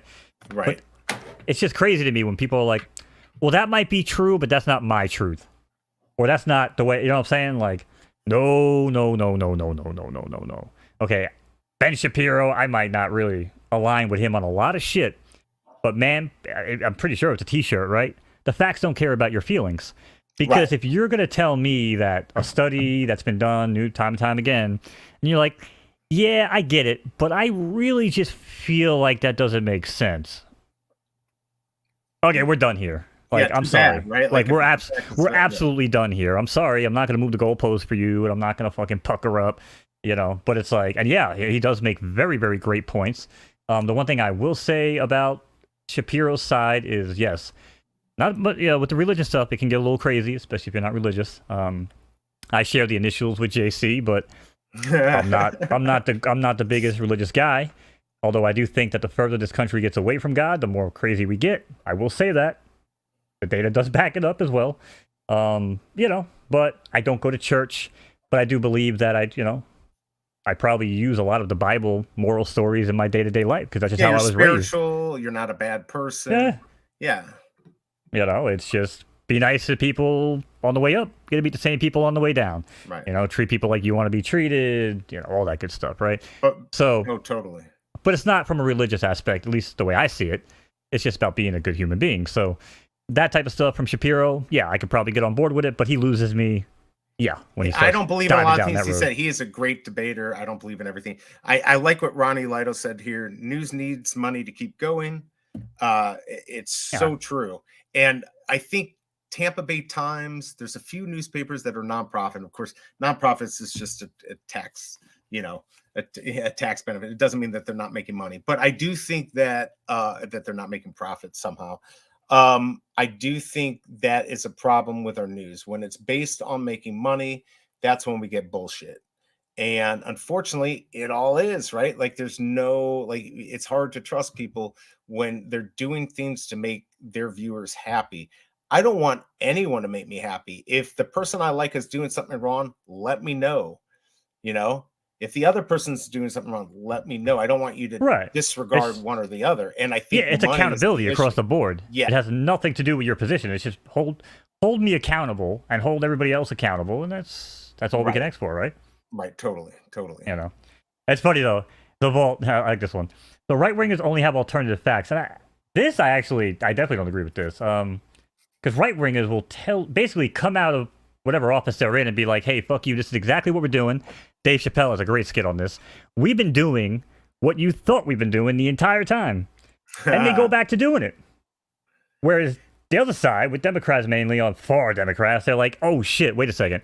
So the numbers actually don't check out to make it look like we're doing a better job. So all right, here's what we're going to do. let's just remake the equation.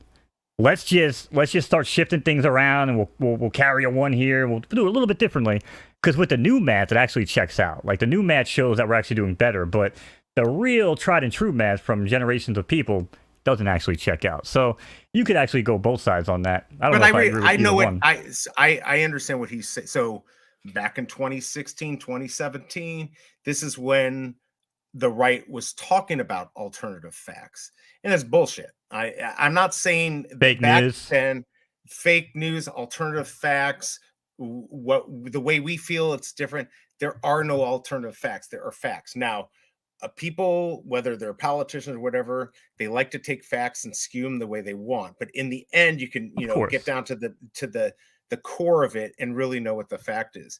And I think it's more, a lot of people are sticking their head in the, burying their head in the sand and just not caring and just being like, this is my side. I don't care what they say. I'm just going to stick with my side. And I'm not saying, there's a lot of people doing this. My side is right. I shut everything else out. If they say it's not real, then it's not real. And that is the problem. That is the problem.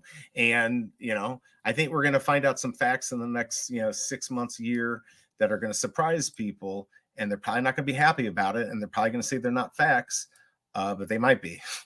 Yeah, so confirmation bias is good. Ronnie Lotto just said it. And MJ made a good point. Shout out to Vault, by the way. Enjoy the rest of your day, sir. Have a great day. In the world of big data and access to data, it's so easy to pick and choose what narrative you want to create, right? He's right. And this is true, because back in the day, somebody could tell me something, or I could confide in somebody, and if the secret ever got out, it would take a couple weeks, Now it's like, shit, man. Things can leak out within, a couple minutes. Like your life could be fucking over, right? Whereas it's like, there's probably still skeletons in people's closet, no pun intended on my end, but that could absolutely just ruin people, But this is a big problem. So this is the way I see it. Okay, people are bored. People have too much free time. They want everything handed to them. They don't want to put in the work. That's why virginity rates are skyrocketing. That's why I think it's like 70% of the male population is sleeping with... No, 10% of the male population is sleeping with like 80% of the women population right now, is the numbers. So basically, because men are putting like women on this weird-ass pedestal of like just weird high-value bullshit and like this crazy rhetoric that's going around. You know what I'm saying? Because... let's face it, most men have no good role models nowadays either. That's a whole nother topic of discussion. But like, they have you, Mo. They have you. Yeah, let's hope. I had a great role model rolling up. I had alternative great role models rolling up outside of my father, who taught me right from wrong, who taught me, the things. A lot of people don't have that nowadays, right? And it's sad when they wind up stumbling across some of these weird red pill communities, and like, that's why it's a problem. I stumbled across the red pill community when I went to Cali. And I was like, I was picking up chicks at like Union Square because they were French and I know a little bit of French. And it was just an easy in for me. And I met this dude at the bar. It was like this New York bar. And they're like Yankee shit everywhere or whatever. And the guy was like, oh, bro, I've been learning game on this site called like Pickup Artist. So I like went home that night. I just started reading up on it. And I'm like, I've been doing this shit my whole life. Right. Everything outside of negging women, where it's like people think that women like to be disrespected. Like, if I call you a dumb bitch, you're going to like me more. Or if, and I guess negging does work to a certain degree if you use it, like, in, like, a flirty type of way. And again, not calling a girl, like, you're ugly or something like that, but, just a slight little diss. To me, I think of it not as, like, a neg, but, like, just playful banter.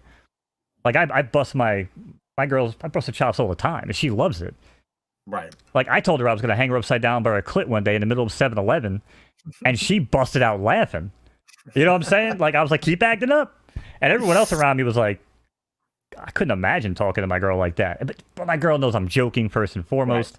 Right. But again, it's just like these weird little, like, nuances that people do.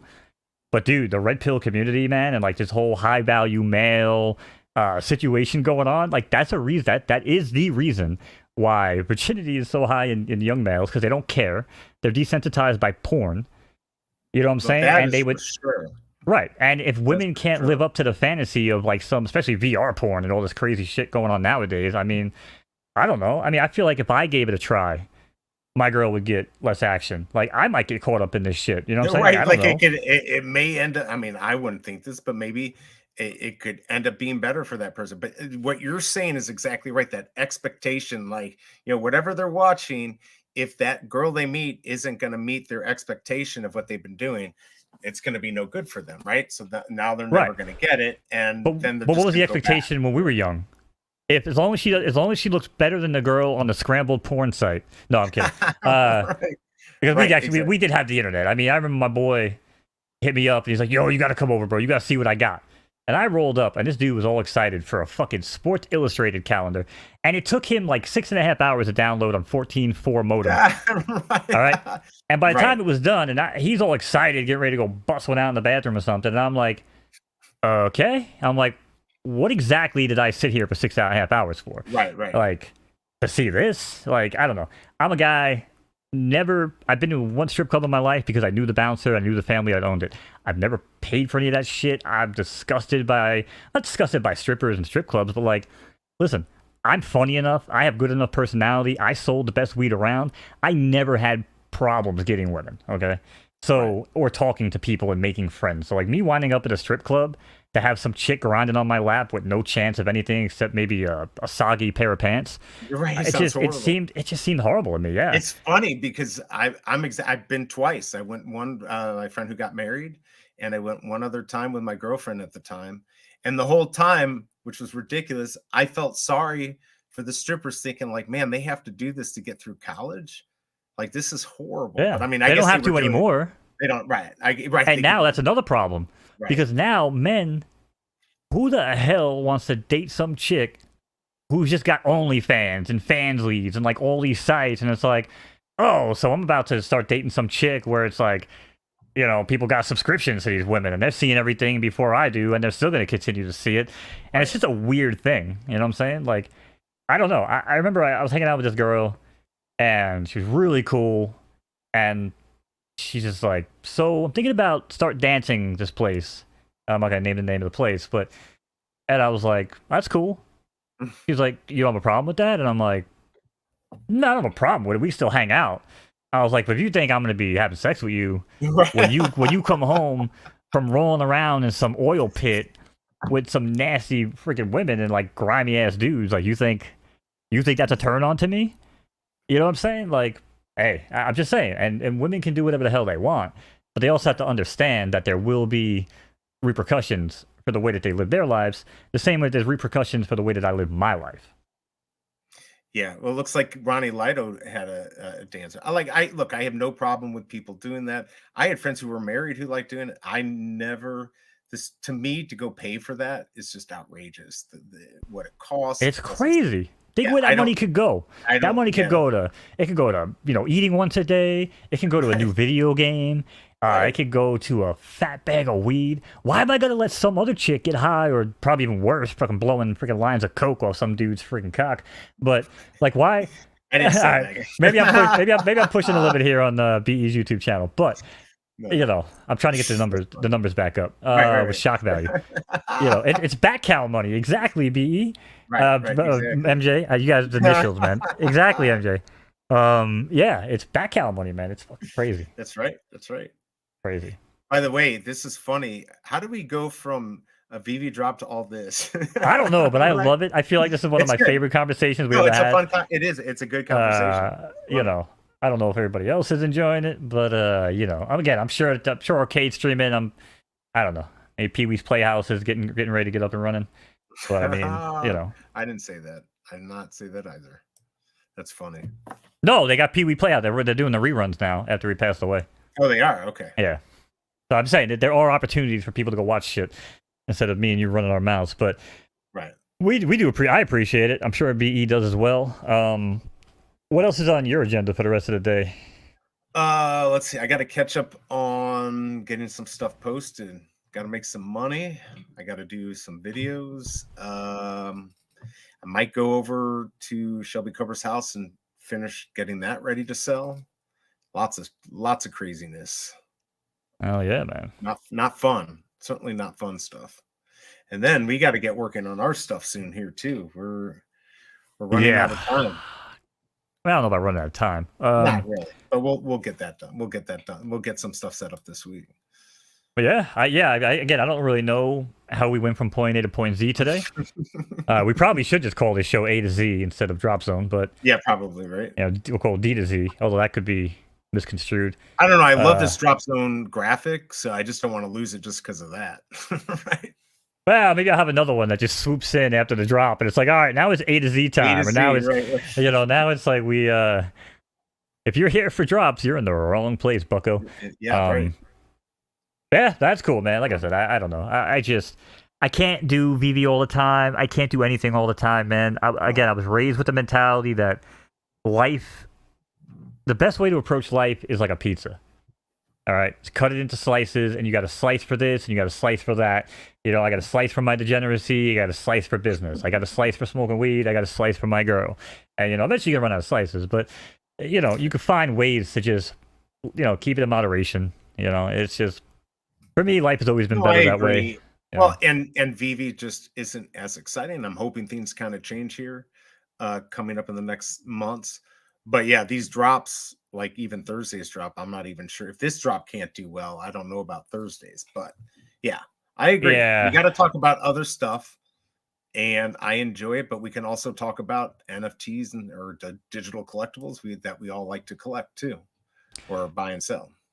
Yeah, and like I said, as we move forward in this experience called life, again, it's for me in particular. If anybody gives a shit, I don't know who asked, but we're Rainmakers now around the corner. I'll probably be doing a lot more content based around there.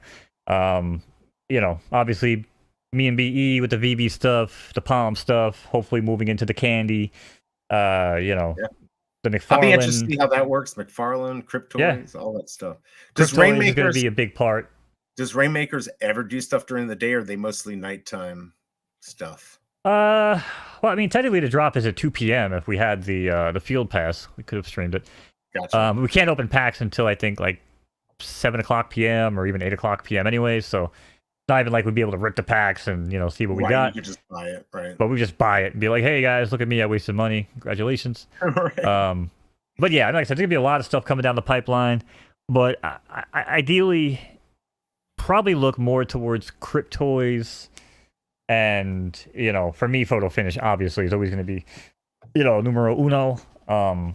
But yeah, for me, I think I'm going to shift more towards Cryptoys. Again, stay tuned for more information on that, because we do have some things in the works. Again, clear the 25th off your schedule for like 8 hours. 6 to 8 hours. Right, exactly. That might be a little bit of an idea. There might be something that may start around 6 p.m. Eastern time. I don't know, on the August 25th, maybe. Yeah, maybe. Possibly, maybe. We don't know. We don't know. Yeah, keep that open. Yeah. Outside of that, rest of the day, hope everybody does well. I'm going to kind of get some shit done. I have the horse auction tonight. Again, if you guys follow me on Twitter, I'll tweet that out. We'll be doing the horse auction, and I'm going to be doing the Rainmaker stream on my channels. And then we're going to be doing Photo Finish After Dark, which they do racing at 11 p.m. now for a couple of races. And I'm not going to host this one. I'm actually letting Doughboy handle this, because I don't want to monopolize all the streaming on Photo Finish either. So if people say they want to stream Photo Finish, just let me know, and I will happily step aside. Not full-time step aside, but I will give up pretty much any You'll leave a little opening, right? I mean, Thursday's mine. If you stream against me on Third Time Thursday, you're pretty much done to me. Don't ever come to me for shit. But I think most people are respectful of that, and they understand that I am one of the main glues that are trying to hold that, community together until more people do show up. So, yeah, outside of Thursdays, I'm definitely down for people to stream it. So follow me on Twitter, though. I'll post the links for that. That's going to be at like 10 p.m. So you can get like 2, 3, 4 doses of Mo today if that's what you're into. Oh yeah. Wow. BE, obviously, if you're around, you want to come hang later. Okay. No pressure, but anything else for chat before we get the hell out of here? Thanks guys for coming by, especially those who've sat with us for almost this whole 3 hours, 2 hours 40 minutes. We appreciate it. These are the homies, by the way. Yeah, these are definitely all the good guys right here. Thank you. We appreciate it. It's fun. to have you guys all here listening to us just rant and all that. So I guess why don't you do the send out here, the outro. Yeah. Yeah. Thanks again, V, for waking up early, hitting the gym, and coming back and doing the drop zone. Absolutely. Shout out to again those of you guys still in chat, even the ones that hung out and left. Appreciate you guys as well. If you come back and watch a VOD, just remember, chat. Hate is a very ugly color, so I wouldn't wear it. You know, be kind, rewind, tell somebody you love them, all that good positive shit. But it really does go a long way, and it can make somebody else's day better. So that's all I got, and I will catch you guys on the flip, if not the flip, on the drop zone. Peace. Peace, everyone. Thanks.